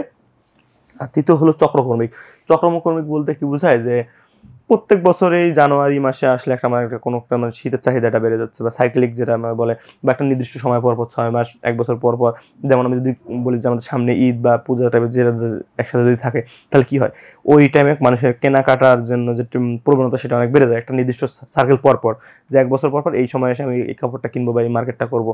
এটা একটা চাক্রাকার, মানে প্রত্যেক বছরই একবার করে আসে আর কি, এটা হলো চক্রকর্মিক বলে। আর হলো অনিয়মিত বলতে কি বোঝায়? এখন কথা হলো যে হঠাৎ করে এখন ঘূর্ণিঝড় শুরু হয়ে গেছে, ঘূর্ণিঝড় তো এটা আমাদের উপর ডিপেন্ড করে, এটা যে কোনো সময় আসতে পারে, এটা হলো অনিয়মিত। আচ্ছা, আশা করি বোঝা গেছে। আর হলো যে কালীন সারির যে সাধারণ ধারা আমি নির্ণয় করবো, সাধারণ ধারা নির্ণয়ের পদ্ধতি হলো 3টা। তার মধ্যে একটা হলো যে মুক্তহস্ত, একটা আধাঘর, একটা হলো 40 নং। তো কথা হলো এখান থেকে কি আসে, এখান থেকে 2 নাম্বারটা এবং 3 নাম্বারটা আসে। মানে 1 নাম্বারটা খুব কম হয়ে আসে, 1 নাম্বারটা দেয় না। 1 নাম্বারটা আসলে কি করতে হয়, গ্রাফ আঁক করে যে কোনো নিজের মতো করে একটা দাগ দিতে হয় যেন মোটামুটি সবগুলো ডেটাকে রিপ্রেজেন্ট করে। আর আধাঘর এবং 40 নং এই দুটোটা গ এবং ঘতে আসে। এটা ছাড়া এই অধ্যায়ে দেওয়ার মতো তেমন আর কি কিছু নাই। যদি এর বাইরে কিছু দিতে চায় তাহলে এটা বলতে পারে যে কালীন সারির যে 4টা উপাদান, এখানে আবার 2টা মডেল আছে, যোজন মডেল, গুণন মডেল। খ নাম্বারের জন্য অনেক বেশি ইম্পর্টেন্ট।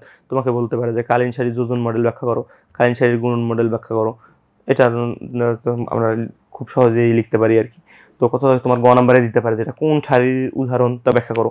যদি এই স্বাভাবিকের বাইরে যাইতে, স্বাভাবিকে কি হয় যে আধাঘর পদ্ধতি এবং 40 নং পদ্ধতি ব্যাখ্যা করো। এটা হলো স্বাভাবিক, মানে অ্যাজ ইউজুয়াল এই প্রশ্নটা আসে ওদের থেকে। কিন্তু যদি এর বাইরে কোনো কোশ্চেন করতেছে তাহলে তখন এই কোশ্চেনটা আসে যে কোনো একটা ঘটনা দিয়ে বললো যে এটা কোন কালীন সারির মধ্যে পড়ে বা কালীন সারি কোন উপাদানকে ধারণ করতেছে তার ব্যাখ্যা করো। এটা কঠিন, মানে এটা খুব কমই আসে। এ অধ্যায় থেকে এই আধাঘর এবং 40 নং মাধ্যমে মানে ধারণা করতে বলতে পারে, এটা সবচেয়ে বেশি আসে। আর কালীন সারির ব্যাপার তোমরা জানলে আমি এখন আমরা দেখি পরে একটা উদ্দীপক দেখি, তাহলে আসলে আমাদের জন্য আসলে অনেক বেশি সহজ হবে যে এই জিনিসগুলো কিভাবে আসে এবং কিভাবে আমাদের অ্যান্সার করতে হয়। এখানে আমাদের একটা দেওয়া আছে যে ওই একটি পণ্যের কয়েক বছরের মূল্য সংগ্রহ করলো, মানে একটা পণ্য আছে যেটা হলো 2001 সালে 33 টাকা ছিল, 2022 সালে 36, 38, 43, এভাবে আমাদের 2007 সাল পর্যন্ত নিচ্ছে, যেটা দেখা গেছে 2007 সালে 63 টাকা পর্যন্ত হয়েছে। এটা আসছে আমাদের ঢাকা, কুমিল্লা, চট্টগ্রাম ও সিলেট বোর্ডে 2023 সালে। তো এখানে আমাদের প্রথমে আসে যে কালীন সাধারণ ধারা কি। সাধারণ ধারা তো বললাম যেটা সবসময় সমান থাকে, তা মানে ওর ট্রেন্ডটা সেম থাকে। তো এটাকে বলতেছে হলো সাধারণ ধারা। সাধারণ ধারা দুই ধরনের হতে পারে, একটা হলো আপওয়ার্ড, একটা হলো ডাউনওয়ার্ড। মানে আপওয়ার্ড বলতে কি বুঝি, যে ওটার দাম প্রতিনিয়ত মানে প্রত্যেক মাসে 1 টাকা করে বাড়তেছে। এটা কখনো 5 টাকা হয় না, কোনো 20 টাকা হয় না, কোনো 30 টাকা হয় না, প্রত্যেক মাসে 1 টাকা করে বাড়তেছে। এটা হলো আপওয়ার্ড ট্রেন্ড। আর ডাউনওয়ার্ড ট্রেন্ড কি, ওটা প্রত্যেক মাসেই কমতেছে, প্রত্যেক মাসে 1 টাকা 2 টাকা করে কমতেছে। যার চাহিদা কমে গেলে তো দাম কমে যাবে। তো এটা হলো তোমার ডাউনওয়ার্ড ট্রেন্ড। আচ্ছা, তারপর খ নাম্বার কি, বাংলা নববর্ষে কাপড় বিক্রেতা যথেষ্ট পরিমাণে বেড়ে যায়। বাংলা নববর্ষ এটা কি হয়? বাংলা নববর্ষ এটা তোমরা দুইভাবে ব্যাখ্যা করতে পারো, যে বাংলা নববর্ষ কি প্রত্যেক বছর একবার আসে। চক্রকর্মীকে বলতে পারো যে বাংলা নববর্ষ প্রত্যেক বছরে একবার করে আসতেছে, আর ওই পহেলা বৈশাখকে উপলক্ষ করে আমরা কি করি, এই সামনে পয়লা বৈশাখ আসতেছে, আমরা কি করবো, যে অনেকে কি করে সাধারণত এই বাংলা নববর্ষকে উদযাপন করার জন্য পান্তা ইলিশ খায়, তারপর হলো বিভিন্ন ধরনের পয়লা বৈশাখের পোশাক কেনে। তো এই টাইপের হলো একটা মানে 1 বছর পর পর আসতেছে।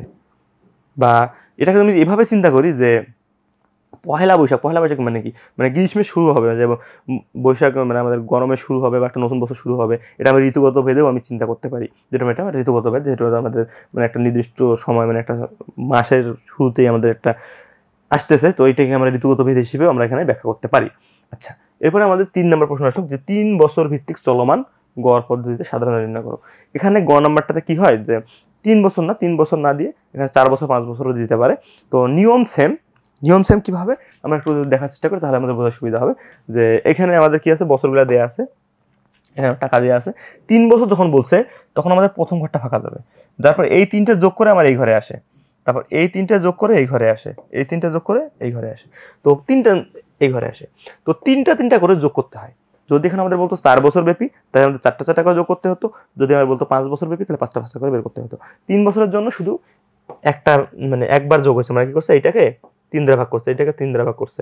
যদি 4 বছর হইতো তাহলে আমরা আরো একবার করে যোগ করতাম, যোগ করে তারপর আমরা ভাগ করতাম। 4 বছরের জন্য আরেকটা ঘর বেড়ে যেত আর কি।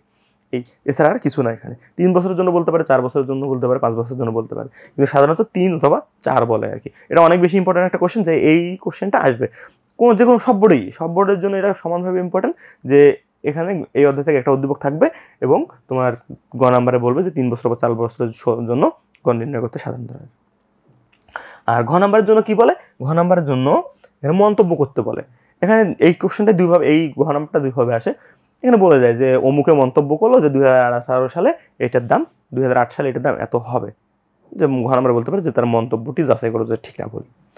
অথবা কি বলে, যে এরকম বলতে পারে যে আধা ঘর পদ্ধতির সাহায্যে পণ্যটির 2008 সালে সম্ভাব্য মূল্য নির্ণয় করো। হতে পারে যে আগে মূল্য বলে দিয়ে এটা ঠিক না ভুল সেটা যাচাই করতে বলে, অথবা মূল্যটা নির্ধারণ করতে বলে। তো জিনিসটা একই, তোমার কি করতে হয়, সর্বপ্রথম আমাদের যে কাজটা করতে হয়, যে আমাদের আধা ঘর পদ্ধতি কি করতে হয়, প্রথমে 2 ভাগ করে নিতে হয়। নেওয়ার পর এই 3টা যোগ করতে হয়, এই 3টা যোগ করতে হয়, এই 3টা যোগ করে এটা পাইলাম, তারপর কি করতে হয়, গড় নির্ণয় করতে হয়। এই একটা গড় পাইলাম, একটা গড় পাইলাম। গড় পাওয়ার পর তাহলে কি হবে, এই দুটো এখন আমি কি করবো, আমাদের এখন 2008 সালে আমি গোয়া পেলাম, আধা ঘর পদ্ধতি, আমাকে আধা ঘর পদ্ধতিতে বের করতে বলছে, আমাকে আধা ঘর পদ্ধতিতে বের করতে বলছে, আমি আধা ঘর পদ্ধতির জন্য আধা ঘর পদ্ধতির গড়টা আসে সেটা আমি বের করলাম। এখন কি করতে বলছে, আমাদের 2008 এর জন্য সম্ভাব্য মূল্য অনুমান করতে বলছে। এখন 2008 এর জন্য সম্ভাব্য মূল্য আমি কিভাবে অনুমান করবো, আমি গ্রাফের মধ্যে আঁকবো। আমি যে 2টা পয়েন্ট পেলাম সেই 2টা পয়েন্ট আমি এখানে দিব। এখন দেওয়ার পর এই যে কার্ভটা আছে এটা আমি কতদূর পর্যন্ত বর্ধিত করবো, 2008 পর্যন্ত বর্ধিত করবো। 2008 পর্যন্ত বর্ধিত করার পর এই পেশটা দাগ যাবে, এই পেশটা যাবে। এখানে এসে দেখলাম যে 65.5 টাকা। তার মানে কি, এই গ্রাফের মাধ্যমে আমরা দেখতে পেলাম যে আসলে আমাদের 2008 সালে 65.5 টাকা আমাদের এই পণ্যটা সম্ভাব্য যে মূল্য সেটা হতে পারে। তো এখানে বলতে পারে উদ্যোগে বলে দিতে পারতো যে 2008 এর মূল্য 65 টাকা হয় কিনা, তাহলে সেটা আমরা এখানে বের করে দেখতে পাবো এটা ঠিক কিনা। এইভাবে আমরা মন্তব্য করতে পারি। অথবা তোমাকে যদি বলে যে আসলে এইটার মান নির্ণয় করো 2008 এর জন্য, তাহলে আমরা এটাও এভাবে মান নির্ণয় করতে পারি। আশা করি বোঝা গেছে। এরপর আসি আমরা পরের টপিকসে। এইটা হলো আমাদের সর্বশেষ অধ্যায়। তো এই অধ্যায় আসলে বোঝার মতো তেমন কিছু নেই সোজা কথা বলতে গেলে। বোঝার মতো কিছু নেই বলতে গেলে এই অধ্যায়টা পুরোটা মুখস্থের উপরেই চলে, যে এই অধ্যায় থেকে দেখা যাচ্ছে 3-4টা এমসিকিউ থাকে, 3-4টা এমসিকিউ থাকে এবং একটা করে উদ্দীপক থাকে, যে উদ্দীপকটা আসলে মানে মুখস্থ লিখতে হয় আর কি। নর্মালি এই অধ্যায়টা উদ্দীপক অনেকেই কম করে, অনেকেই আবার এই অধ্যায়টাকে প্রেফার বেশি করে, কারণ এই অধ্যায়টাতে কোনো মানে পড়াশোনার কিছু নেই বলতে গেলে, যে অল্প একটু একবার রিডিং দিয়ে গেলাম, অন্য অধ্যায় যদি আমার 5টা যদি ওদিকে কমন না পড়ে তাহলে আমি এই অধ্যায় থেকে একটা লিখে দেবো, বাংলায় লিখে দেবো। আর আমাদের যে অবস্থা, যে লিখলেই মার্ক দিবে এই অধ্যায় থেকে, মানে যা ওই টপিক্সের রিলেটেড যা লিখবো আমাকে তাই মার্ক দিয়ে দেবে, এটা ফুল মার্ক দিয়ে দেবে। তো এক্ষেত্রে আমাদের কি কি জিনিস আসে এখানে, যে বাংলাদেশের প্রকাশিত পরিসংখ্যানের বিভিন্ন উৎস, যে কোন কোন উৎস থেকে আমরা পরিসংখ্যানের ডাটাগুলো কালেক্ট করি। এখানে 3টা উৎস হতে পারে, যে সরকারি, বেসরকারি এবং আধা সরকারি। সরকারিগুলো গভর্নমেন্ট থেকে যে প্রজেক্টগুলো নেওয়ার ফলে আমরা তথ্য পাই, সেটা হলো গভর্নমেন্ট মানে সরকারি পরিসংখ্যান। যদি আধা সরকারি কিছু প্রতিষ্ঠান আছে, যেমন বিভিন্ন সাহিত্য প্রতিষ্ঠান, এগুলো আধা সরকারি, তো এটা হলো আধা সরকারি থেকে আমি তথ্য পেতে পারি। আবার বেসরকারি হতে পারে, বেসরকারি কি যেমন বিভিন্ন এনজিও, তারপরে বিশ্ব স্বাস্থ্য সংস্থা, এই টাইপের যে মানে অর্গানাইজেশনগুলো থাকে, তাদের মাধ্যমে আমরা যে তথ্যগুলো পেয়ে থাকি সেটা হলো আমাদের বেসরকারি সংস্থান, বেসরকারি উৎস আর কি। তো এই জিনিসটা অনেক গুরুত্বপূর্ণ একটা বিষয়, যে আসলে মানে এই অধ্যায় থেকে অনেক বেশি গুরুত্বপূর্ণ, যে যদি আসে তাহলে আমাদেরকে বলতে পারে যে আসলে পরিসংখ্যানের উৎসকে কি ব্যাখ্যা করো। আর ঘ নাম্বারে আমাদের কি বলে, যে এখানে দুটো প্রশ্ন কমন আর কি সব থেকে, যে উৎসগুলো ব্যাখ্যা করতে বলে, আর বা কোনো একটা উদ্যোগ দিয়ে বলে যে এইটার উৎসটা ব্যাখ্যা করো, যে তাহলে ওই যেটার কথা বলবে সেটা সরকারি, আধা সরকারি নাকি বেসরকারি, সেটার উৎসটা আমাকে ব্যাখ্যা করতে হবে। অথবা দেখা যাচ্ছে এরকম কোনো একটা না দিয়ে পুরো 3-3টে ব্যাখ্যা করতে বলে, যে 3-3টে ব্যাখ্যা করো, যে উৎস ব্যাখ্যা করো, উৎস ব্যাখ্যা করলে তখন তোমাকে 3টাই ব্যাখ্যা করতে হয়। আর ঘ নাম্বারে কি বলে, ঘ নাম্বার বলে যে এই যে আমার যে উৎসটা আছে এর প্রতিবন্ধকতাগুলো কি কি, বা এই প্রতিবন্ধকগুলো থেকে রিকভার করার জন্য কি কি করতে পারে অমুক সংস্থা, এই টাইপের জিনিসগুলো এখান থেকে বেশি, 3টা জিনিস বেশি আসে। উৎস ব্যাখ্যা করতে বলে, উৎসের প্রতিবন্ধকতা ব্যাখ্যা করতে বলে, আর এই উৎস থেকে কাজ কি কি, বা আমরা কি কি কাজ করতে পারি, বা সেক্টরগুলো কি, এই টাইপের জিনিস আসতে পারে। এবার সীমাবদ্ধতা বের করতে বলতে পারে, এই টাইপের জিনিস আসে আর কি এখান থেকে। আর এখান থেকে এমসিকিউ নর্মালি আসে 3-4টা। তো এখানে বিভিন্ন সীমাবদ্ধতা থাকে। তারপরে আমাদের সর্বশেষ যে আদমশুমারি থেকে বলতে পারে যে কোন এলাকায় মানে মাথাপিছু আয় বেশি, কোন মাথাপিছু আয় কম, কোন এলাকায় আমরা যে দুষ্টামি করে অনেক ফেসবুকে দেখি যে এই এলাকায় দেখা যাচ্ছে যে বিয়ের হার বেশি, মানে কম বয়সে, এই এলাকায় ডিভোর্সের হার বেশি, এই টাইপের জিনিসগুলো আর কি এই বর্তমান মানে আমাদের লাস্ট যে আদমশুমারি হয়েছে সেটাগুলো একটু দেখে দেওয়া, যে সহজ সহজ জিনিসই আসে, কঠিন জিনিস আসে না এখান থেকে। তো এরপরে দেখি আমরা কি আছে, একটা উদ্দীপক আছে যেটা বলছে যে বাংলাদেশের বিভিন্ন সরকারি, আধা সরকারি, বেসরকারি প্রতিষ্ঠান পরিসংখ্যানিক তথ্য সংগ্রহ, সংকলন, বিশ্লেষণ ও প্রকাশ করে থাকে। তাহলে এখানে কি বলছে, সরকারি, আধা সরকারি এবং বেসরকারি, এখানে 3-3টা দিয়ে রাখছে, তার মানে কি এই 3-3টে নিয়ে আমাদের এখানে কাজ করতে হবে এই উদ্যোগটাতে। তো একজন গবেষক বললেন যে বাংলাদেশে প্রকাশিত পরিসংখ্যানের গুণগত মান, বিশুদ্ধতা, নির্ভরযোগ্যতা বৃদ্ধি পেলেই প্রকাশিত পরিসংখ্যানের উৎকর্ষতা বৃদ্ধি পাবে। ঠিক আছে, একজন একটা কমেন্ট করছে, আমরা দেখি পরবর্তী কোশ্চেন আমাদের কি করছে। প্রকাশিত পরিসংখ্যান কাকে বলে, যেটা হলো আমাদের বাংলাদেশের বিডিএসএস ডাটার মধ্যে বা বিভিন্ন মাধ্যমে আমরা তথ্যগুলো পেয়ে থাকি, সেটা হলো প্রকাশিত ডাটা বলে। তারপর হলো কৃষি বিষয়ক তথ্যের জন্য পরিসংখ্যান ব্যুরো একমাত্র প্রতিষ্ঠান নয়। কথা হলো কৃষি বিষয়কের জন্য যে শুধুমাত্র পরিসংখ্যান ব্যুরোই আছে এমন না, এর জন্য কৃষি অধিদপ্তর আছে, বিভিন্ন রাইস প্রোডাকশন এনজিও আছে, বিভিন্ন সরকারি অধিদপ্তর আছে, যেটার মাধ্যমে আমরা কৃষি বিষয়ক তথ্য পেতে পারি। এই কারণেই বলতেছে আমাদের যে পরিসংখ্যান ব্যুরো শুধু একমাত্র উৎস নয়। আচ্ছা, এটা বোঝা গেছে, এটা মুখস্থ লিখতে হবে। আর হলো গ নাম্বার, মুখস্থ বলতে নিজের মধ্যে ভাষায় লিখলেই হয়ে যাবে।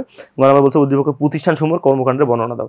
সেটা প্রথমে আমি বললাম যে এখানে তোমাকে গ নাম্বার কি বলতে পারে, 3-3টারই কর্মকাণ্ড বা ব্যাখ্যা করতে বলতে পারে, যে বা যে কোনো একটা তোমাকে স্পেসিফিক একটা উদাহরণ মানে গল্প বললো যে এটা কোন ধরনের উৎস বা কোন প্রতিষ্ঠানের অন্তর্ভুক্ত তার ব্যাখ্যা করো। মানে আমাদের এই 3টার উৎস যদি আমি মানে কর্মকাণ্ড সম্পর্কে যদি আমি জেনে থাকি, তাহলে পরীক্ষায় যেটা আসুক আমরা লিখতে পারবো আশা করি। আচ্ছা, এরপর আসি ঘ নাম্বার কি দিয়ে আছে, যে গবেষকের দেওয়া মন্তব্য যথার্থতা মূল্যায়ন করো। গবেষক কি বলছে, যে গুণগত মান, বিশুদ্ধতা, নির্ভরযোগ্যতা বৃদ্ধি পেলে পরিসংখ্যানের উৎকর্ষতা বৃদ্ধি পাবে। আসলেই তো ঠিক কথা হলো, গুণগত মান আর বিশুদ্ধতা যদি নির্ভরযোগ্যতা। গুণগত মান কি, আমি এমন একটা ডাটা নিলাম যেটা কোনো কোয়ালিটি নেই, যে মানে আমি একটা অ্যানালাইসিস করবো যে বাংলাদেশে এই জিনিসটার হার কীরকম। এখন দেখা যাচ্ছে যে ওই জিনিসটাকে গুরুত্ব না দিয়ে অন্য বাকি সব জিনিস মেজার করে ফেলতে, কিন্তু হলো আমার কাজের জিনিস নেই, তার মানে কি আমার গুণগত মানটা খারাপ হলো। বিশুদ্ধতা কি, এখন আমি একজনকে বললাম যে ভাই তুমি আমাকে এই ডাটাটা কালেক্ট করে দাও, সে কী করছে, তারপর সাহারি খেয়ে দিছে একটা ঘুম, সকালবেলা উঠে এখন ডাটা পাঠাইতে হবে, সে ঘরে বসে খাতা কলম নিয়ে বসে গেছে, নিজের মতো করে চোখ বন্ধ করে সব ডাটা লিখে গেছে। তার মানে কি এখানে বিশুদ্ধতা থাকলো না, এটা ডাটা আমি ভুল ডাটা নিয়ে কাজ করতেছি। এক্ষেত্রে বিশুদ্ধতা আমাদের ইনশিওর করতে হবে। নির্ভরযোগ্যতা, এখন কথা হলো বিশুদ্ধতা কখন থাকবে, যখন আমার নির্ভরযোগ্য থাকবে। আমি এমন একজনকে দিলাম যে কাজটা আসলে আমাকে ভালো করে দিবে, আমি তার উপর নির্ভর করতে পারি, তাহলে আমি যদি নির্ভরযোগ্য ডাটা পেতে পারি তাহলে আমাদের ডাটার উৎকর্ষতা বৃদ্ধি পাবে। এই হলো আমাদের বিষয়। এই ছিল এই অধ্যায়ের মধ্যে। এই অধ্যায় তেমন আর কিছু নেই। এই অধ্যায় যদি কেউ একবার পুরোটা রিপিটিং পড়তে পারো, আশা করি যার ভুলবা না। এবং এই অধ্যায়টা অনেক অনেক বেশি সহজ, যে অন্য অধ্যায় থেকে যদি 5টা ব্যাকআপ মানে 5টা উদ্দীপক না হয়, কারণ যদি 4টা কমন পড়ে এবং একটা যদি মিস হয়ে যায়, তখন সেই অধ্যায়ের অ্যান্সার করে স্বাভাবিকভাবেই, যে যেহেতু মুখস্থ জিনিস বানায় বানায় লেখা যায়, লিখে ফেলি আর কি। তো এই অধ্যায়টা অনেক বেশি সহজ। তো আশা করি যে এই আজকে আমাদের যে অধ্যায়গুলো ছিল শর্ট সিলেবাসের মধ্যে, সেগুলো আশা করি আমরা সবগুলো বুঝতে পারছি, এবং কোন অধ্যায় থেকে কী ধরনের এমসিকিউ আসে, কী ধরনের ক নাম্বারে প্রশ্ন আসে, খ নাম্বারে প্রশ্ন আসে, এবং গ ঘর কীরকম ধরনের যোগ্যতা ভিত্তিক বা প্রশ্নগুলো আসে, সেটা আমরা অনেক সহজেই দেখলাম। যে আশা করি যে আমরা যদি প্রস্তুতি আরও পূর্ণাঙ্গ করতে চাই, তাহলে এই জিনিসগুলো আমরা যেগুলো আজকে মেনশন করলাম, সেগুলো যদি তোমরা যথেষ্ট ভালো করে প্রস্তুতি নাও, তাহলে তোমাদের যে পরীক্ষা আছে সেটা অনেক বেশি ভালো হবে। অনেক অনেক শুভকামনা তোমাদের জন্য। এবং বিজনেস এজেন্সি তোমাদের যে অফার 45 দিনের যে প্রস্তুতি অফার আছে, সেটা তোমরা অবশ্যই আশা করি যে গ্রহণ করবা, এবং তোমাদের প্রস্তুতিকে আরও বেশি মানে স্ট্রং করবা, যেন তোমাদের ফাইনালে কোনো মানে ব্যাকআপের চিন্তা না করতে হয় যে আমার আর যদি 2টা এমসিকিউ হয়েছে তাহলে হয়তো আমার পরীক্ষাটাতে আমি প্লাস পাইতাম। এই টাইপের কোনো চিন্তা না করে যেন তোমরা সাবলীলভাবে সুন্দরভাবে পরীক্ষায় প্লাস পাইতে পারো, এই প্রত্যাশা তোমাদের সকলের জন্য। এবং বিজনেস এজেন্টের সাথে থাকবা, আমরা তোমাদের সাথে আছি এবং তোমাদের সর্বোচ্চটা দেওয়ার চেষ্টা করবো। শুভকামনা তোমার জন্য, ভালো থাকবা। আসসালামু আলাইকুম রহমতুল্লাহ।